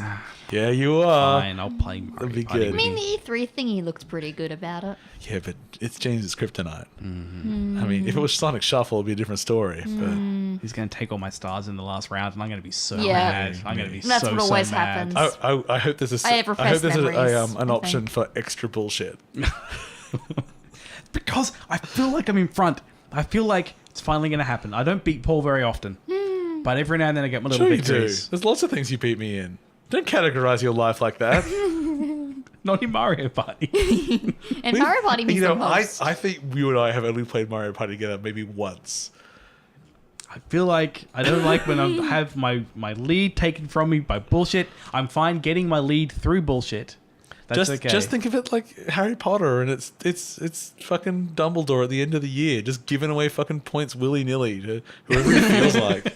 Just Harry Potter. Yeah, it's like, oh, you've all tried very hard, but to my most delicious student, I give 20,000 points. Oh look, they win. But of course, the award for bestest principal goes to me with 1 billion points, Mr. Dumbledore, please. He's my favorite character. Anyway, other games, because there's still lots of games. Tell you what, let's not talk about the worst game we played. It wasn't good. Maybe we should do a deep dive into one day to explain why it wasn't good. But it's a mystery for the rest of you. Talking about now, yeah. Yeah. So a game that partly... So James forgot to bring the iPad tonight, so we're not live streaming this. Yeah. But it turned out well, because there's a game to talk about that's embargo doesn't finish... isn't over until 3 a.m. after this recording. So the fact that we're not live streaming means this is 100% legal. Yes. And that game is a little platformer called Semblance. And this is a platformer. You might have seen it around for a little while. The basic, I think movement's a little Super Meat Boy-ish, but it's not that. It's not that accurate of a platformer. The gimmick is that a lot of the world is malleable, so you can jump into a wall and you can slam your head into it, and you'll bend the wall, which will make a platform. Or you could push blocks up and down, or you could bend the ground. So it's all about ramming into parts of the world to change the geometry of the level to get over challenges. And on the whole, it works very well. But what I was saying to James was that on the whole only means like 85%. Yeah, the rest of the time it bugs out. Yeah, even as I was explaining it to James and showing it, I just immediately just get stuck in a wall. No, because you said I was a little buggy, and then I saw nothing but bugs for 10 minutes. Yeah. It's one of those things like the bugs at the end of the day don't actually hurt solving the puzzles, because I couldn't use any of the bugs to my advantage. But it did mean that I was constantly getting stuck in things, having to reset puzzles, having to go back. And that just, it doesn't sell. Like, you want this, even though the world is like squishy, you want it to squish in a satisfying way. Or you don't want to squish where you like clip through the wall and get stuck there. Yeah, you know, exactly. And also I just found some of the dashing, the actual movement mechanics just weren't as tight as I want them to be. As I say, it's still pretty good. Everything is most of the way there. I just feel like maybe they needed a little bit extra time. Yeah, they need just like to polish another it month off. or two just to... Yeah, even another couple of weeks. It made me think it was weird where when Yeah. you clip through a wall and the character wasn't moving anymore, which would mean the dash would be reset, which means you can squish the wall again. It never lets you. So it seemed to detect that this was a problem, but not enough to stop you from doing it.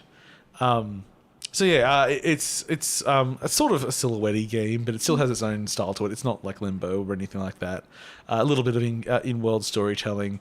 I think lots of like bright neon purples and stuff sort of make up the landscape. With a lot of greens. Yeah, it's... To highlight that's the danger, right? Like Yeah, greens are danger, except for the birds that are collectibles. I don't know what they do yet, but I just keep collecting them. You got to collect them, buddy. Yeah.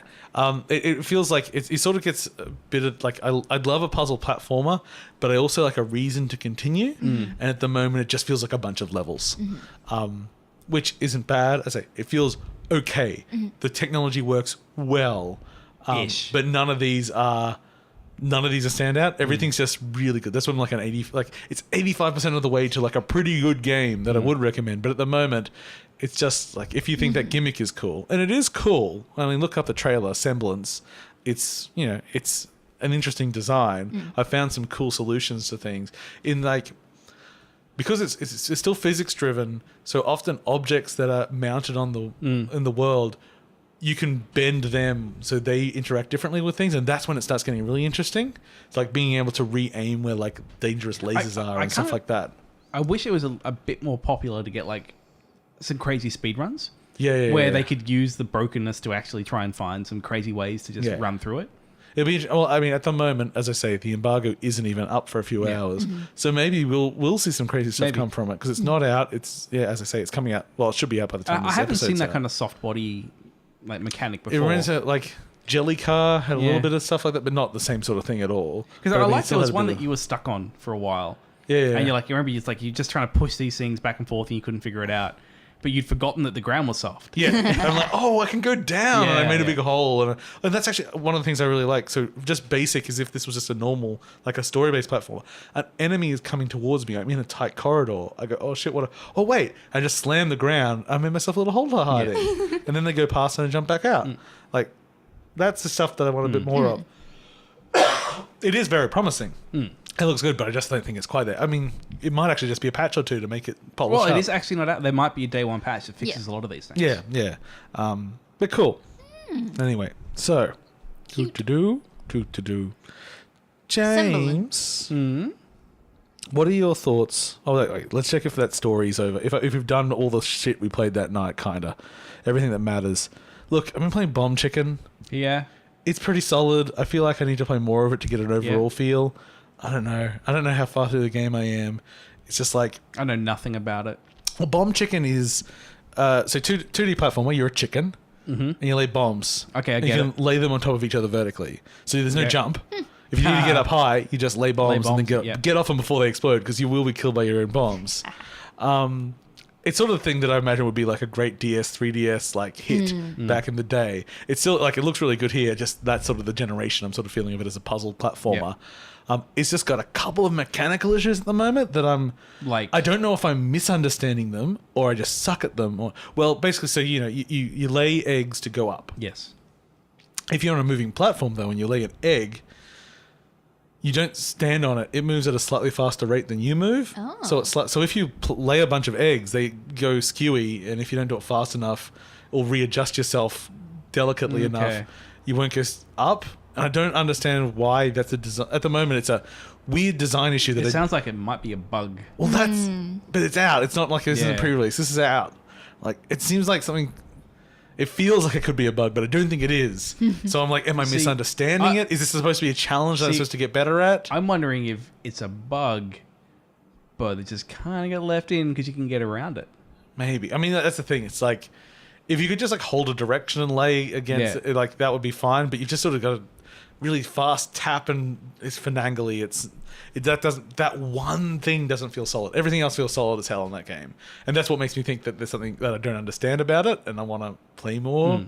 Because maybe it is just a bit wacky on that one element, but everything else is solid as heck. So I want to know. It feels like you guys aren't idiots. It's like you must have a reason. So I want to understand the reason. Maybe I should just write to them. Maybe we should ask them, what is the deal with this mechanic? What's the... Why this choice? What do I... And then it's a bug. Oh, I mean, it's a feature. Maybe there's a straight up. We want you not to be able to build up infinitely on a moving platform. Like, okay, now you understand. There's an explanation, but at the moment I'm just kind of it feels weird. Okay, I will do a very very brief one. Partly because there is a very slight conflict of influence that James used to work at this company, and we have some friends there, but that's never stopped us giving people shit before. Hand of Fate 2 got ported to the Switch, and I ended up being a relatively big fan of the first Hand of Fate. It was actually the first game that made me understand cards as a storytelling mechanism. Hand of Fate 2 is just sort of more of that, but from playing, because I only played it at like pre-release events, so I never played the finished version.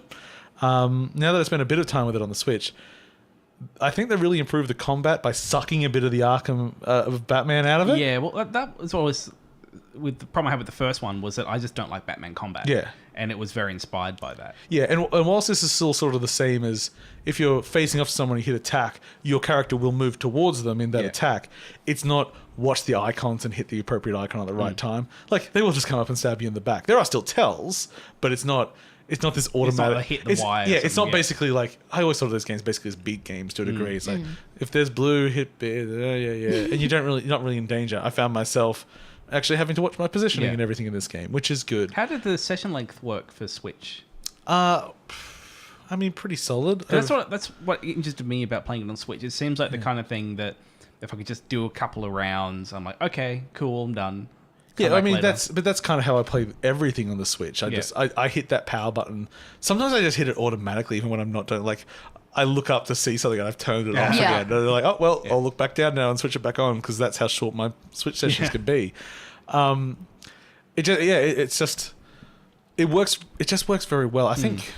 I mean, if anything, I think some of the text was a little bit small in handheld mode. That's a real gripe, and I can't really remember if that's accurate or not. But it runs nice and smoothly. Just all the presentation that they've worked really hard on to get this, dealing out the cards and telling the stories and having just a really solid narrator with the what's it even called? The dealer. Yeah. It just works really well. If you're not really aware of what the game is, just a super quick thing, it is kind of a roguelike in that you are dealt out an adventure out of random cards. Although at least the initial ones aren't random there, because I replayed one and it's the same thing. But I mean, that's it. You get and you add more cards in the deck as you play. So you can it's kind of like tailor the deck to the experience you want. Yeah, so you start a mission, and then you pass. Okay, so here's 2 cards. Pick one of them, and one of them's a random encounter, and that'll deal out some cards and go, okay, we're going to face 4 bandits and they're going to have these weapons and it's going to be in this environment, and you play that. But also you might just get a storytelling card where it's, hey, you come against some bandits, they're asleep. Do you want to try and steal their shit? And then it's like, okay, then they give you like a mini game where it's, okay, well, here's a bunch of cards, some for success, some for failure. We'll deal them and you pick one. Stuff like that. As I say, it made me understand using cards as a storytelling mechanism. And I really love when I'm like picking like for success or failure, because I have my strats. Even though I know as soon as they go into a straight pile, it's digital. They can do anything they want. Oh yeah. Except for the one on top. That's why you always must track which one is on top. That's not how it works, Paul. Well, that literally is. I mean, it's never failed. Okay. I mean, they are moving. It just means that it's perfectly lined up, so you can't see any tell. No, see, I was taking it a step further, and like as soon you as were just thinking that as soon as they're in a pile, they'll just as soon make as they're it face up. down, it doesn't matter anymore. I mean, technically it doesn't, but they don't. No. They actually move them. I'll at least the top one. I will say I was so wrong about Hand of Fate, like because when I was at Defiant, that was when they were just starting development of Hand of Fate. And like I had conversations with the management about the ideas, and I was like, I just don't see it. Like I was. Have you ever apologized? No, because like I wasn't being a dick about it. It was just James, you're always a bit of a dick. I wasn't being too much of a dick about it. But it was more just saying like I don't see it. I don't get the card thing. Totally wrong. I'll admit I was totally wrong with that one. No, it worked really well. And in fact, the card bit was the best bit. Because at first, the first one, the combat, I thought was like it was fine, but it wasn't my favorite part of the game. The cards were my favorite part. The combat's pretty. I think it's improved. No, I said I want a map like in Fallout, like an overworld map, and I see a little dot moving. Yeah, that made more sense to me. I didn't get this whole card thing. Totally wrong. Totally wrong. You were. Yeah. Oh anyway, well. Hand of Fate 2. It's now on everything, and it's a good, solid game made by some good, solid people and 2 jerks. Which 2? Work it out. Okay. And then I guess I also was playing Pato Box. Oh, that. It's been out on PC for a while. I don't know if it's on any other platforms. It is. I showed it to James. So you are a boxer with a chicken's or duck's head, and it's completely black and white. He's like, "Is this like Punch Out?" I said, "Well, kinda." Except it's like an RPG. It's an RPG dungeon crawler where you walk around the world and all the characters are just flat sprites that rotate with you. Oh, that frame rate. That thing was doing a smooth 60. Ooh. Oh, yeah. And it's just very, very silly. All your actions are either punching something or staring silently. And it's a game of intrigue where you were at the beginning you're set up to lose a fight and you fight back, but then they drug you and you lose the championship. And Pato Box, he's out. But you're going to fight back. You're going to fight back through the corrupt organization that you were a part of. You're going to take him down. And yes, when you actually get into fights, it's not quite as good as Punch Out. It's not quite it's not as strong. But it's basically like Punch Out is basically working out a puzzle of how to beat someone. It's the same thing. So at the end of the day, it's a black and white Punch Out in a crazy, weird world where you get to explore and punch people in the face. Duck noir lore world. It's wacky. It's strange. And because it's just black and white, it's really bold. So then they've got a lot of... I was pointing out to James... You didn't need the detail in any of that environment. No, I was pointing out to James like all the posters on the wall are all unique because, well... They only had to do some basic black and white line art. It's not like that's not work, but it's like it's less work than having to do fully realized high def art for everything. It's like, you can just make more jokes. Yeah. More jokes. Yeah. Less time wasted drawing in fingers. That's what I say. 60 posters, please. 60 posters, please. I'll expect them in 60 minutes. No. bit longer than that. Anyway, so I think that's most of what we played on the Switch that night. We played a lot. There was a lot we played.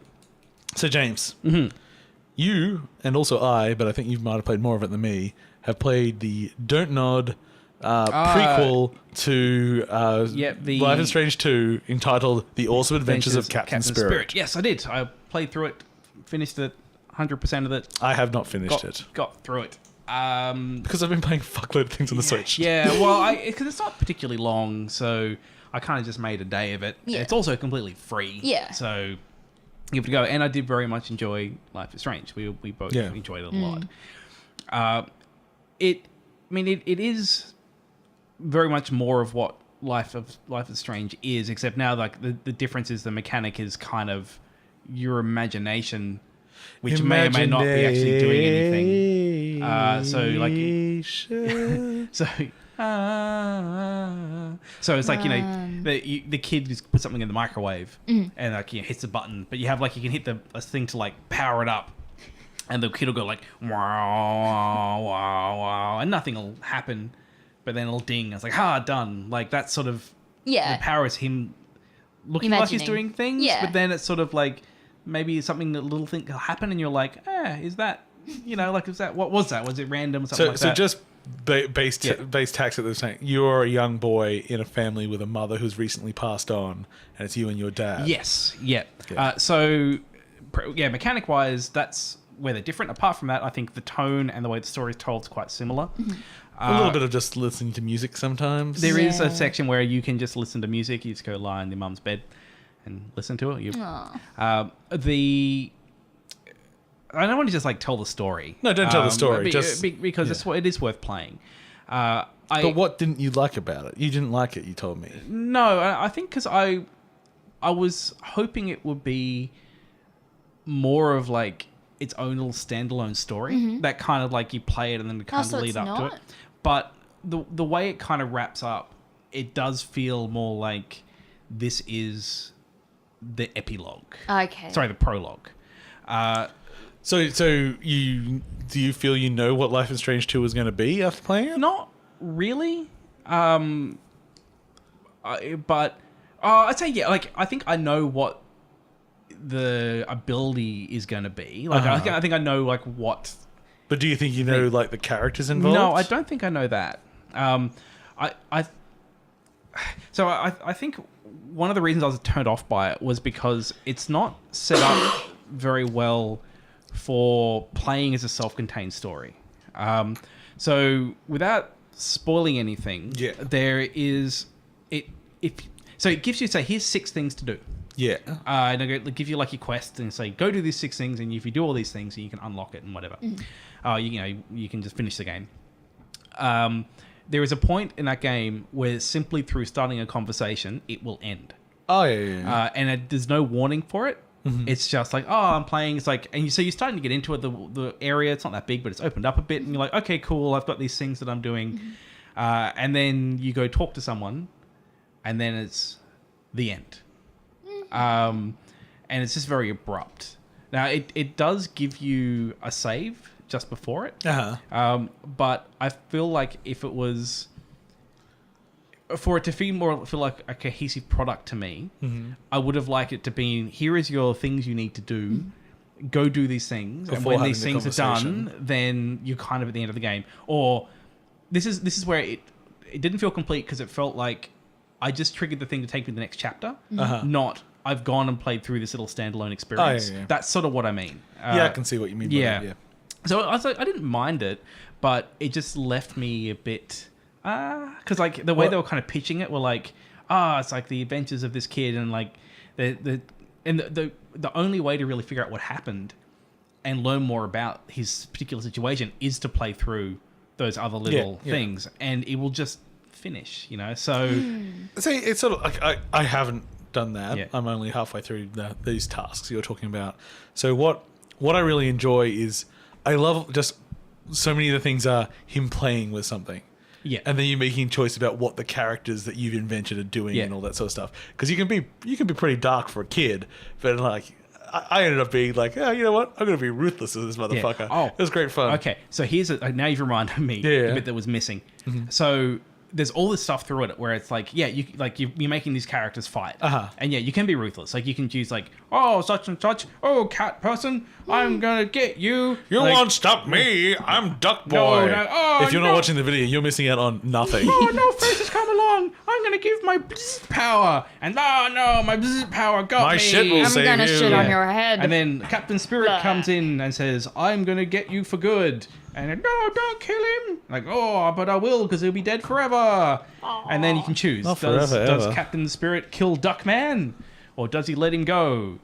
So What does he do? that's kind of exactly how it's framed in the game. Like, that's how they do it. And it makes you feel like... Hey, anyone that's watching the video, look, No Face just does a shit now. Okay. It makes you feel like those decisions are going to mean something. Oh, I don't expect they're going to be. No, well, because it's like, go get your super team together. And like, But I mean, I suppose that was one of the things. Like when we got to the end of Life is Strange, it's how the experience I'm having, like making those choices and crafting who that boy is in his state. That's me. That's the gameplay for me. That's the like. yeah, but see, like the way it was coming across to the me, payout doesn't necessarily need to exist. the way it's coming across to me is like I felt like I was making these because I stopped and think about it. Like, Yeah. do I want to murder this guy or do I want to let him go and maybe he'll join my team or something like that? But there was just no payoff for any of those decisions. Yeah, I mean, I suppose that really feels like I'm just crafting the boy's emotional state. Yeah, where for me it felt more like they were getting me to make these decisions for a reason, especially because there's a few of them. Because you're going around with the goal of build your super team, and you're making decisions about who is and who isn't going to be on it. And then like, oh, it'd be cool if I could do something with that. And the other thing I quite liked was, and what was leading on to your criticism with the end, that you can end it before doing other stuff. Yeah. So you begin the game, and this is very, very mild spoilers, no story. You're in your room, and you can just start playing with shit. Start playing with something, and then your dad calls out come out for breakfast. Now, I guess I decided that I was quite an obedient child, so I did not play with anything else in my room. I did not investigate that room any further. I'm like, well, I guess I better go out to see Dad and have breakfast. And he comes and say, hey, first time you've come out, the first time I've called you. Like, fuck, I had an option to play with that shit anymore. Yeah. But I kind of like that. I mean, you can go back to it, but I kind of like I've just skipped to that content because I chose to be the obedient kid. I did. Or it could have been the disobedient kid. I did the same thing. Yeah, I just yeah. up and left. Like, okay, Dad. Yeah, and like I think the fact having options that you then ignore to make a choice to do a thing is in itself an interesting storytelling mechanism. I'm hoping that Life is Strange 2 is cool. Yeah, I think what I think it did do really well if you spend the time with it, and actually there's a few puzzles in there which I can guarantee you will not solve on your own. Mm-hmm. There's one in particular which I think is the unlocking the phone one. Don't bother. Like, just go look up the solution. I'm just telling you that now. If you want to feel like a real smarty man and want to try and figure it out, go for it. I mean, I'm old school adventure game boy. I feel like I should be a real you can smarty try man. it, but when I looked at the solution, it was one of those things where I went, that's fucking dumb. Like, there was no way. They could have given little hints to make me think that was the solution. Anyway, try, buddy. If you, give me 5 minutes. I'm really curious to see if you can get it. Once I finish with Pool Panic. Yeah, when you do actually start to learn about the situation, when you do start to learn about the world, it's actually quite touching. Like, I really liked learning what the situation was, why everyone was like what they were, because you can get quite a lot of detail into it, and that was delivered very well when you dug it out. Yeah. It was just more the overall structure of the story I didn't like. Mm-hmm. That was the main issue I had with it. Yeah. Oh, well, and Life is Strange 2 is like only supposed to be like a couple of months away. Cool. Well, I'm really looking forward to Life is Strange 2. I wonder if they'll show much before they release it, or if it'll just sort of be like, here it is, bitches. Just release it. Yeah. I don't need to see it. They got enough following. Yeah. Yeah.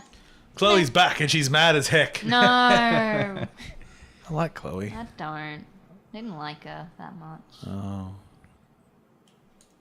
I did. I like Anyway, Chloe. Yeah. She is fun. Okay, James. The reason I keep saying James instead of Amy is that Amy just said Maple Story 2. That was the end of the list. Yeah. It says here that you played some Into the Gungeon. Yes, I actually want to wrap this one up with 20XDX. as well. Oh, put them together. Yeah, I want to kind of merge these two things. So I'm interested in Enter the Gungeon because it just had a major patch. Yeah. So they just Extra had content. their Gungeons and Dragons update. Which is great. super cheap on Switch as well. Like it's like $8 on yeah. Switch, so I picked it up on there. Oh, Oh, your microphone escaped. it's run away. Yeah. Oh. Yeah, so I haven't played enough of original Enter the Gungeon to actually know a lot of the differences about what's happened with the new version. But I can what just give, use are you? but I can tell you my experience with it playing Yeah. it now. So I actually really enjoyed it. It did feel like there were a bunch of quality of life things in there that I don't remember them being in there, which really sped up the whole experience. Like what? So at any point, you can hold down the map button and teleport. Yeah, you could So always do that. I can't remember if that was there. But Yeah, I as long as found- there's a room you've been in. yeah, Yes. maybe that. Okay, well, maybe that was always there then. I noticed I was sometimes getting an incredible amount of weapons.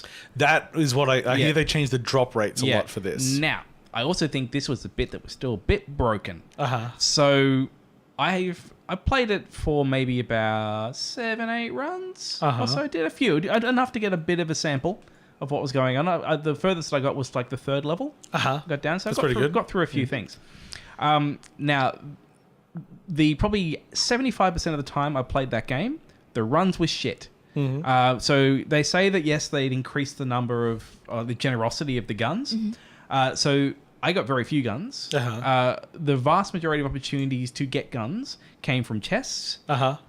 Most chests are locked, and you need a key to unlock it. That's pretty normal. And it just seemed to be pretty much every time I got a chest, I had no key.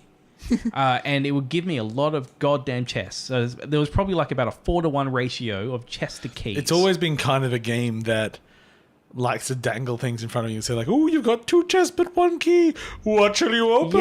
Yeah, but because there's no decision of like, because it's just a random thing. What am I going to get out of it? So it's like, well, if I got the key, I'll use it. Do you want the boat or what's in the And box? I'm taking the mystery box. I want the mystery box. It could even be a boat. And it would sometimes give me a weapon, sometimes give me a passive ability, sometimes give me a support ability, just whatever.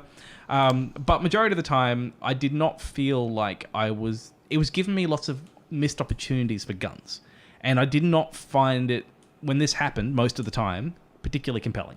Well, because there's normally like ways of like sacrificing health to get keys and stuff like that. I didn't see that. Like, if you went to the vendor, then he'd often be selling keys. Yeah. When you killed the boss, he'd often get keys. Yeah. But you can go back in the level after you kill the boss as long as you don't. yeah, get to you the can next go level. back and kind of open it. But But that means you go into the next level without any keys. but it just They sort might of, have better loot in the it next just level. sort of felt that like the balance wasn't there. Like, they said they rebalanced it. They said they were more generous.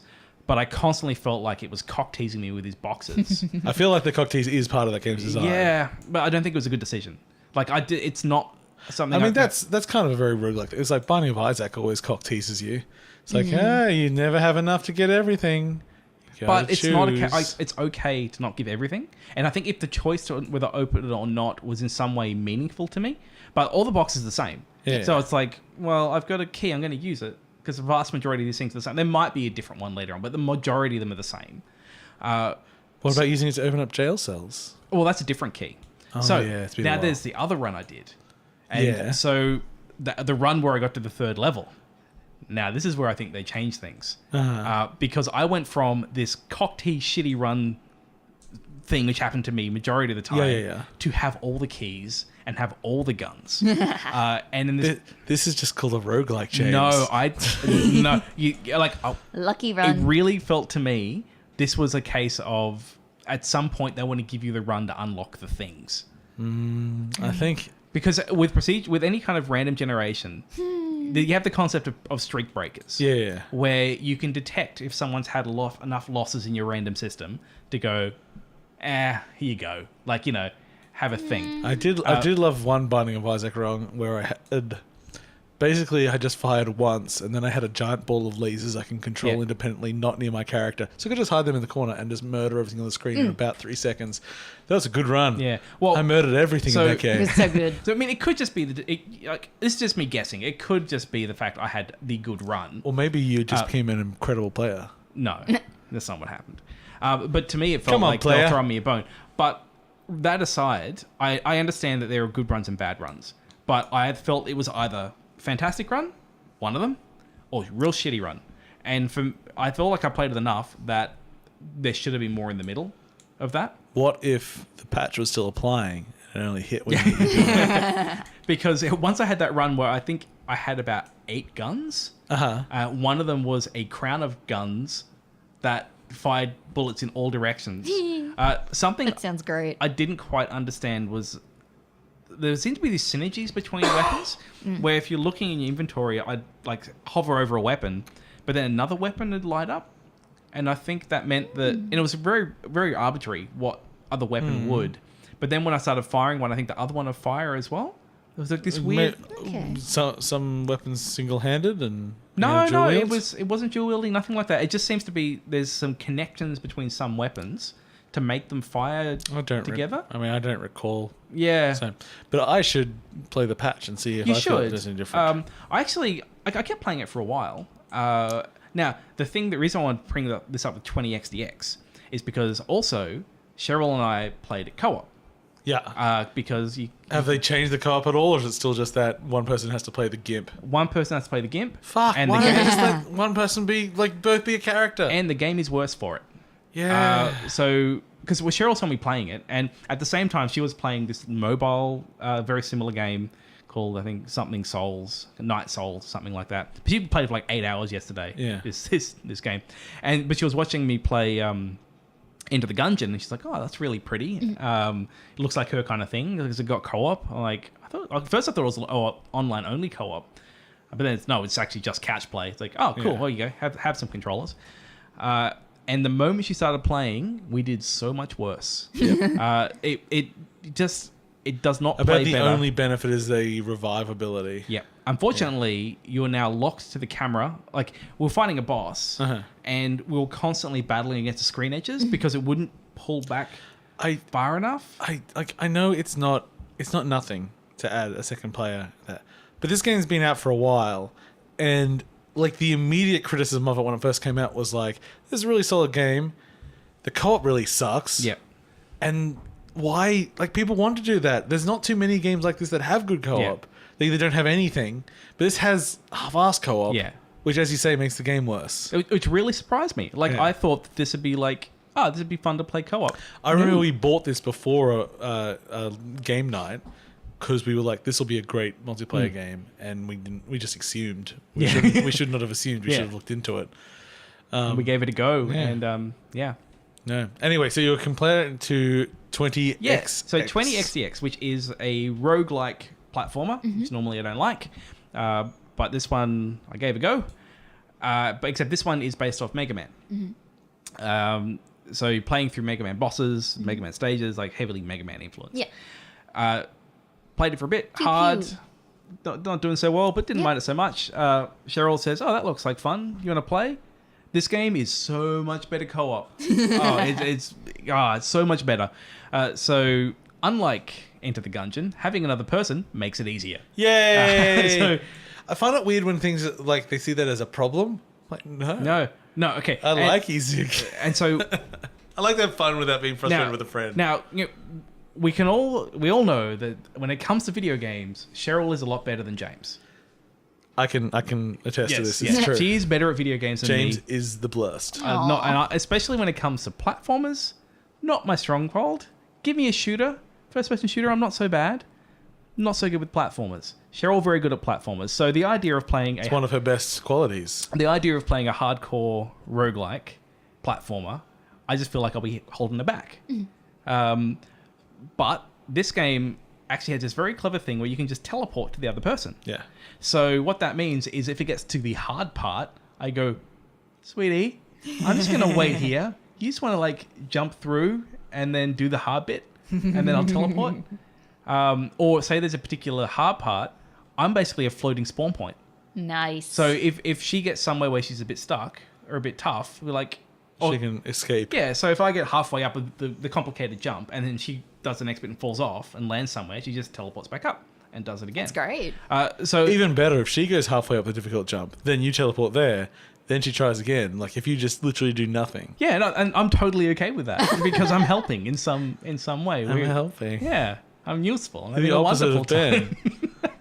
It really surprised me. Like I would think that I just would not like a kind of action like this kind of platformer multiplayer because I'd just be dragging the team down. But no, actually, I was a net gain. Aww. For everyone. Net gain.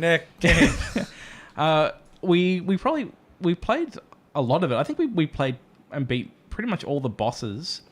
I think eventually, probably the only thing is like, unlike Rogue Legacy, didn't feel like there was enough of a reason to keep playing. Like once you'd seen all the bosses, it was sort of like even because I'm pretty sure that once you beat all the bosses, you just do the Mega Man thing where you play through all the bosses again. Presumably is what you do. I think we got down to like the last 2 bosses when we were playing it before we kind of moved on. So yeah, I don't think it doesn't have the longevity of something like Rogue Legacy, but as a co-op game, real fun, especially if you suck at platformers. Like and you. like me, and you'd like to kind of like... Be useful for once. Kind of like be useful and know what it likes to feel competent, then you can give it a go. What a dream. Yeah, live the dream. So that's 20XDX. 20XDX. 20XX. On the Switch. And that was actually it's on PC as well, and I don't know if it's on other consoles. Ran into some problems with controller connectivity on the Switch with that one. You know, sometimes there seems to be some issues with one of the controllers. Not me, it's always perfect. Always perfect? No, it's not. It's actually making me want to get another second Pro controller, because Cheryl and I have actually started playing quite a few things on Switch. Aww. Oh, you two don't hate each other. No, we get on all right. Oh, that's sweet. Okay, what do we got? I've been playing more Hollow Knight. Yep. That's a good game. The end. We have spoken probably about that a lot. probably one of the best games of the last few years. It's pretty. It's real fucking good. And oh man, when I'm playing it like on a plane like that, I'm still hitting things with my nail. Oh man, I feel like I need to get friends that are playing through it as well and just compare fucking stories, because it's so open, and there's so many secrets that aren't exposed to you. But you get all these passive abilities and such that you can. It's like you really can have entirely different builds and encounter things in completely different orders and everything, and shit is meaningful and it's fucking cool. Like even just like there's people that have like they've finished the game and they didn't know you could upgrade your nail. Like you poor bastards. Like that is pretty important. Like you can finish the game without all the movement abilities. Yeah. So yep. You can get all the movement abilities in different orders. It means you explore the world in totally different orders and do stuff, and you'll take the wrong step and you fall down to a dark place and you don't know what's going on and you're stuck there for 2 hours. Which wasn't so terrible at platformers. Yeah. That game's pretty brutal. I think Dead Cells is... I think it's half This is going to be my next concession on this whole platformer. Dead Cells is a good balance. Yeah. It's not too cruel. Because I like Super Metroid. Like I like my Metroidvanias. They're fine. Yeah. And I felt like Dead Cells was a little more on that side of things. Oh, I mean, Hollow Knight's even more so. This looks real hard. It's not that hard. It looks hard. And a lot of the really hard bosses are completely optional. Hard for James. Oh. I'm hard for James. Okay, what else have we got here? We've done that. We've done lots of things. Skipping a few things that are... Whilst in Japan, I Yes. did some visiting of arcades. Oh, yeah. So did you Tell me find about the arcade Wonderland and it's all magical? On the whole, I was very disappointed. Yep. Because most of those arcades, or excluding Pachinko, are just basically gambling places. It's like, Yep. yes, you either... And crane toy. the crane ones. games, or you're putting in coins, or it's straight up... Come with your collection of cards and fight for other people's cards. And it's like, okay, I get there's a buy-in and everything here, Yeah. but I just want to fucking sit down and punch someone with the thing. I did find a couple of cool, fun little games. There was a weird game where you were a bunch of bikini-clad girls water skiing, but you controlled it with like a ship's wheel and a rudder. Okay. Like it was military themed. You were like battleship girls or something. I have no idea. I watched a guy completely confused. The music game section is the coolest section because I understand what's going on and everyone's just really like they come with their special gloves. It's like these are our frictionless gloves and we're gonna play and just it's very cool. I'm like, I'm not playing because I don't know how to select the easy song. But I went in Shinjuku, like a Sega branded place. Went upstairs, whole bunch of Vives. You could play John Wick. You could do all this stuff. Oh, They had nice. one game where you were like a Shogun and they literally had you on the back of a horse, like a model horse. That's cool. And you fire your bow and arrow while you're on it and everything. I'm like, that's pretty cool, but I didn't get it because they were all like $10 each. And I'm like, I don't care. But in that arcade, they did have Luigi's Mansion. Yes. What? And I'm like, okay, time for Luigi's Mansion How arcade. does the arcade work? Well, it's like a light gun shooter, except you got your Okay. vacuum cleaner. Yep. And it's got basically the same sort of ricochet gun mechanism that you'd have in like Time Crisis. Except it's inside the vacuum cleaner. So whenever you like suck up a coin, it goes clunk. Oh, that's cool. So that feels Yeah. the weirdest thing I think about the game is that as you're going through Luigi's Mansion and you're fighting ghosts and throwing light and all this shit, I'm pretty sure all the geometry is from Luigi's Mansion DS. I'm like, this looks fine, but I'm pretty sure this is like 12 polygons. Oh well, here we go. Yeah, I think they actually retooled that game to turn into an arcade game, which is hilarious. Also, we died because I think there were just a few mechanics we did not understand because all the instructions are in Japanese. But it was cute. It's cute. Cool. What else arcade around? I didn't play a lot more. I went around Akihabara. I went to Super Potato, which I didn't buy anything at. I played a Virtual Boy. Oh, yeah. So Mister gets nauseous with VR in 30 seconds. Virtual Boy is 100% fine. Have you ever used one? Yeah, I've used one. They're fucking great. It's the image is so clear and it's so easy to play. And you're It's not moving. And you're not moving, so you're not going to get any motion sickness. And like people have misconstrued this quality to be. Virtual Boy was great. I mean, I don't know how many games I want to play in pure red, but I was playing Wario, and that was cool. And so was it? I don't know what the reason was for the red. Like what the? I don't know. If there's some weird technical look it reason up. for it. Virtual Boy is cool. I found a used panty vending machine. They do exist. They do exist. People thought they didn't, but they just weren't looking in the filthy areas, which I was, of course, fine to just walk straight Yes. into. Yep. Like, this area smells and is leaking and has a lot of weird guys in trench coats. I guess I'll stroll straight through. Hello, everybody. Hello. Hello, Paul. What have we got around here? That looks like a whole bunch of disgusting things. I love it. So yes, I have a few stories from that, but nothing too much. I'm just trying to think. Weirdly, so at Disney, we ended up, because we went to Disneyland, and then we were going down to Hiroshima, but that's when the typhoon hit, and we ended up turning back at the end of our trip and not going to Hiroshima, and went back to Tokyo, and we decided to go to Disney Sea, which is the other one. So I bring this up, so I won't talk all about Disney stuff, although it's pretty cool. I've never done such a theme park before. It's a different sort of thing. But we It's no dream world, but you know. Yeah. So the first thing we did at Disneyland was Buzz Lightyear game thing. So you get in a cart and you got a laser and you just go through basically a haunted house style thing, shooting all the bad Zardoz shit. It's not called Zardoz, but it's something like that. Yeah. I just want him to be You Zardoz. just wanted to be Zardoz so bad. Sean Connery rocks up. So and you get points for it and everything. But it's not a great feedback. There's a lot of lasers going around. I think you can see your laser shooting, but there's like 20 other people in the same room. Like, it's really hard to do. So when we get to Disney Sea, we're told that the ride that everyone wants to do is this Toy Story ride. And the Disney Sea opens at 8, and we're still on the train at 8:30. And I've got an app that shows you like fast passes. They're like how you skip lines when they're available. And it's already up to like 4:30 in the afternoon. I'm like, fuck. So we get off the train, sort of walk through, because we're not still not going to run. We're not that desperate. Yeah. We get there. So 7:45 is our session. It's like, oh, okay. Well, we're almost 12 hours away from now. Great. So we did everything else in the park. Did they have a nap room? No, I mean, you can just lie down somewhere. A lot of Japanese people seem to just think lying in the street's cool. Even, like, I don't know if mean at Disney. I just mean we're in the middle of Shinjuku, middle of the day. Just lie down in the middle of the road because it's really hot. Like, it's not even shady here. Get in the fucking shade, man. I guess that's a cultural thing, maybe, or maybe that person was just a bit mad. I don't know. So we finally get there, and it's another game, which is why I'm talking about it here. And it's the same thing as this Buzz Lightyear one thing, except instead of having like this cool haunted house, lots of models, animatronic stuff, it's just screens. You just look at a screen, and then when you're done with it, you move to the next screen. The difference being, they give you 3D glasses. Okay. So now you can see in full 3D, see every shot you're firing out, and like, oh, this is a great shooting gallery. This is I went through a year. It was, you actually are competing against the people on the other side of your train and everything. So, oh, this is really fun. I have no idea why it's the most thing. You could literally do this at home. Like, there is nothing to stop you setting this up in your house. It's totally doable. And not like you could do even better if you've got a Vive or something.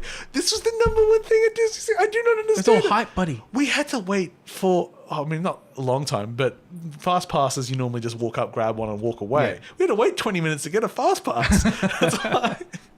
Like, this was the number one thing? But the other gaming thing that I really enjoyed.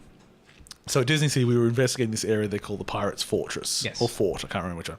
I don't know what it used to be, because I'm pretty sure it wasn't always pirates, because most of the rooms seem to be styled after Leonardo da Vinci. And we're exploring it, and they've got lots of cool rooms. Like one room's a camera obscura, one room's a map room where you can pilot little ships in and stuff. Lots of fun things, like a nice place to play, like kids of all ages and adults and all that stuff. But there's a line there, it says 5 minutes. Oh, 5 minute line, this sounds good. So we get in the 5 minute line, and the group in front of us goes in, and we're in the second group, and one comes up and says, Japanese language only.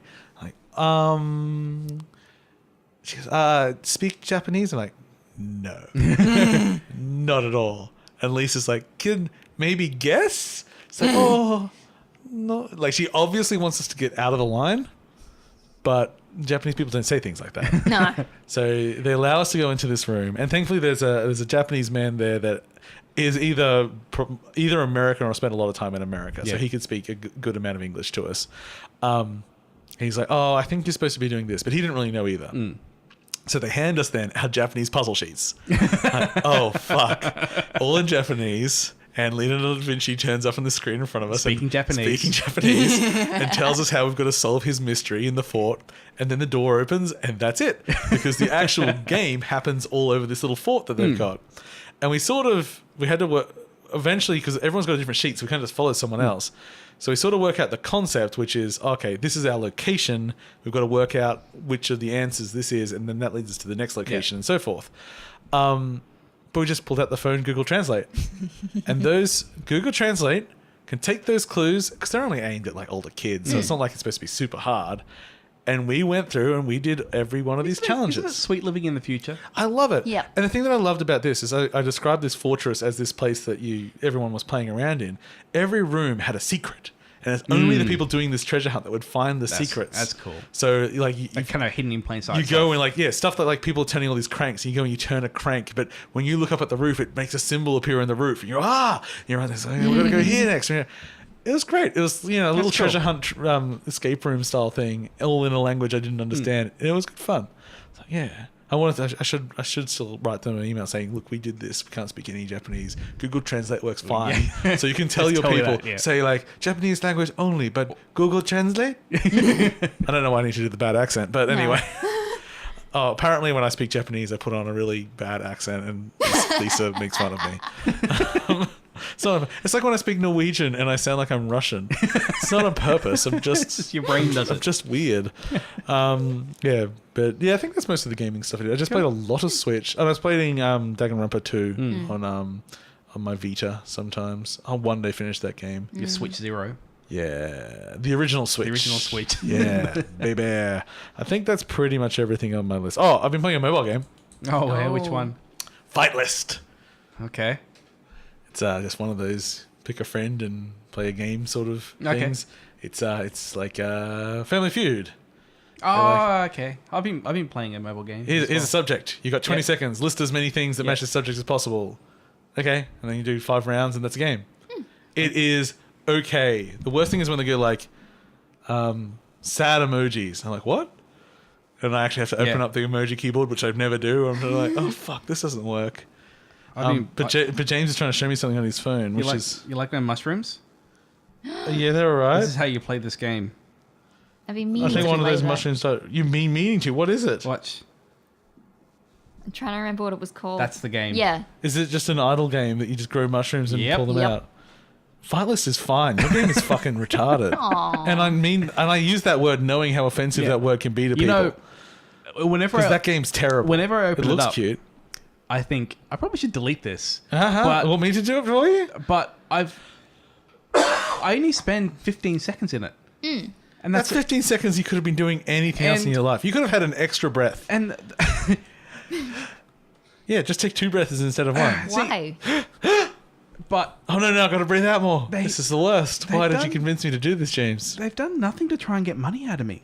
Aww. Like, And what are the And monetized? that's cause for praise. yeah, like no, not Words. even, because it's just more an observation. Like it's like, But are there any ways to spend your money in it? not that I've found. Okay. They're just tracking your biometrics. It's got a banner ad at the bottom. Oh yeah. Oh, so you're opening up an ad every... How often do you 15 open this a Yeah, I day? guess so.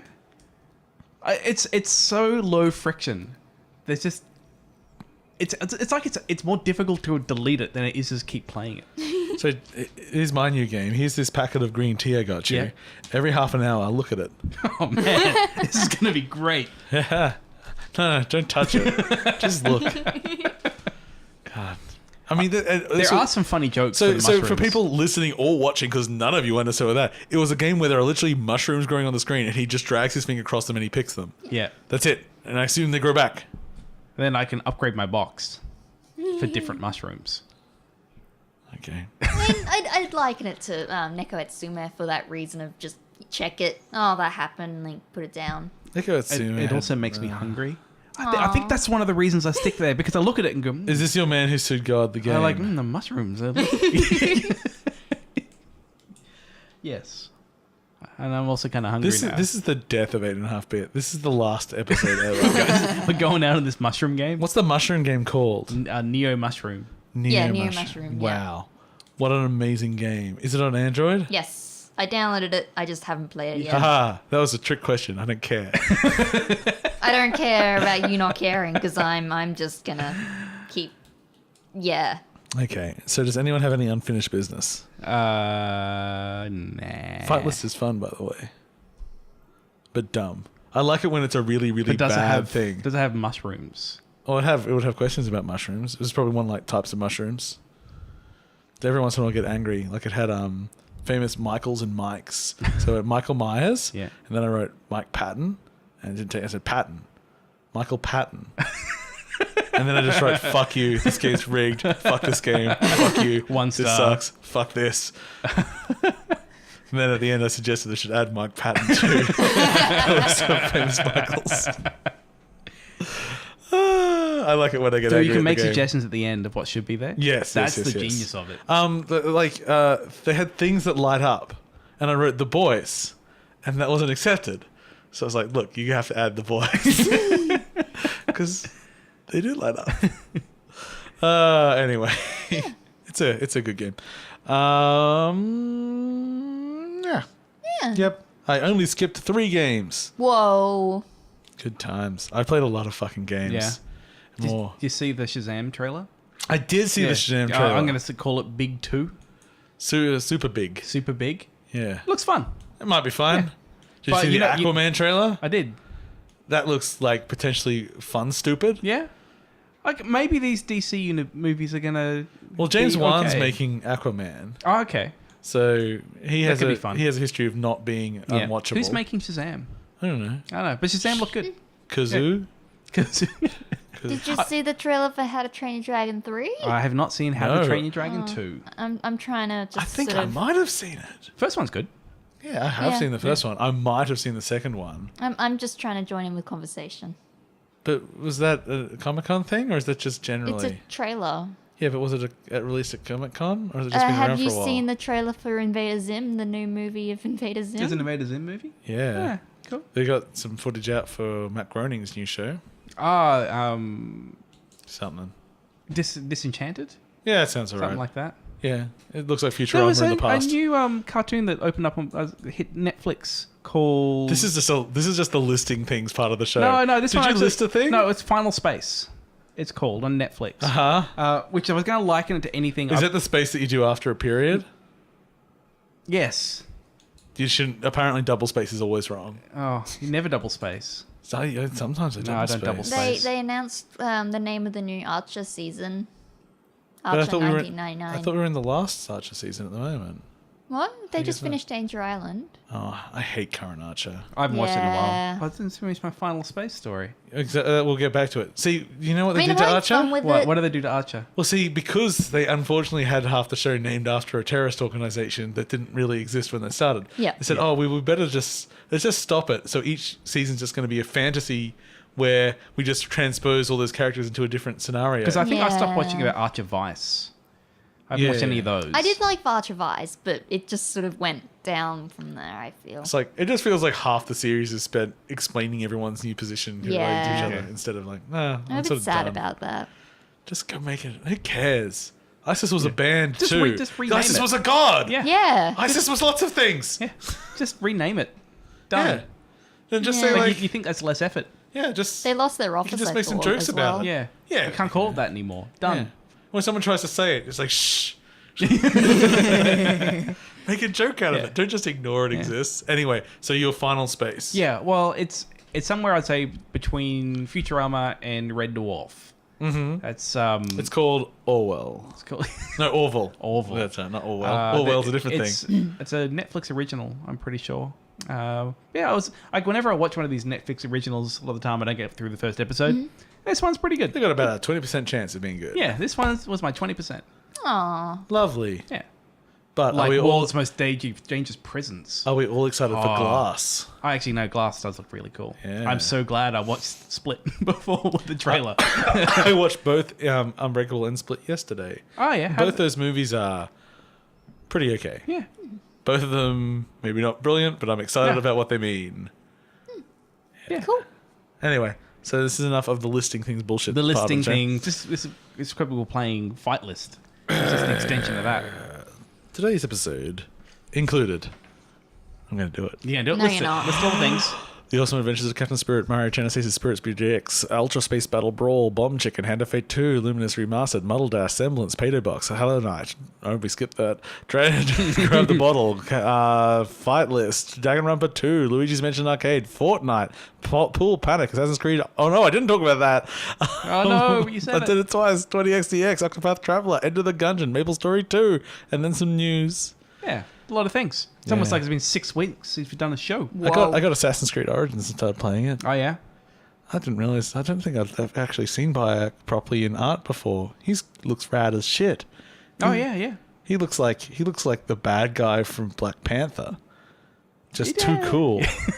It's a cool character. I think for some reason I still was thinking about remember the original like leak of New Prince of Persia game, which I don't know if it ended up being related to this at all, but it was like a real African black man in it.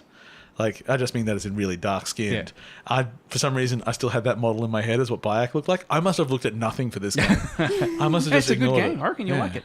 He's got rad hair and he's a cool dude. It's a bit violent. Eventually, you can like change the skin, like you unlock other appearances for him. Uh-huh. So if you want to make him look clean shaven, you can if you want to. But why the fuck would you do that? I straight away changed it back. It's like, oh, if you want to, you can have this. I'm like, no. He's pretty rad. Yeah, I need my guy to look cool. No, I Did might. you- I yeah. might start. Oh, you guys keep going. It's a completely different story. That's all right. I wasn't continuing with that. Okay, cool. Since I've got the PS4 now, I'm going to be playing Monster Hunter World soon, so It's a good gonna be video great. game. It's pretty good. Yep. And then You're I'm gonna get the best armor. I want the Did- butterfly armor. Did you know that Captain Toad on the Switch is Captain Toad, but it's on the Switch? No way. pretty- Did you buy it again? Fuck no. It's a good game, but I mean, I played it. Yeah. Did I see it was on 3DS, or am I just imagining No, I that? think it's on 3DS. Oh, okay. But I get it on the Switch. Now I'm not sure. I've got your now copy, I think. Now I feel on like Wii U. I agree. I agree. I to think something I you're actually doing. think it is on 3DS. Good. I'm not a liar. Anyway, thank you for watching or listening to 8.5bit. You can go to our website, 8.5bit.com, our Twitter and Facebook. And please like, share anything like that. Subscribe to us on iTunes. And if you do, please leave us a review, because the reviews help us share the love. And watch us on YouTube and join our Discord. You can check our Yay. Discord address on the website. It works now. It Yay. didn't work for a few weeks, and I didn't realize. Being your host, Paul. I mean, James. I'm still Amy. Catch you later, folks. Bye-bye. Click. Let you have a solo click.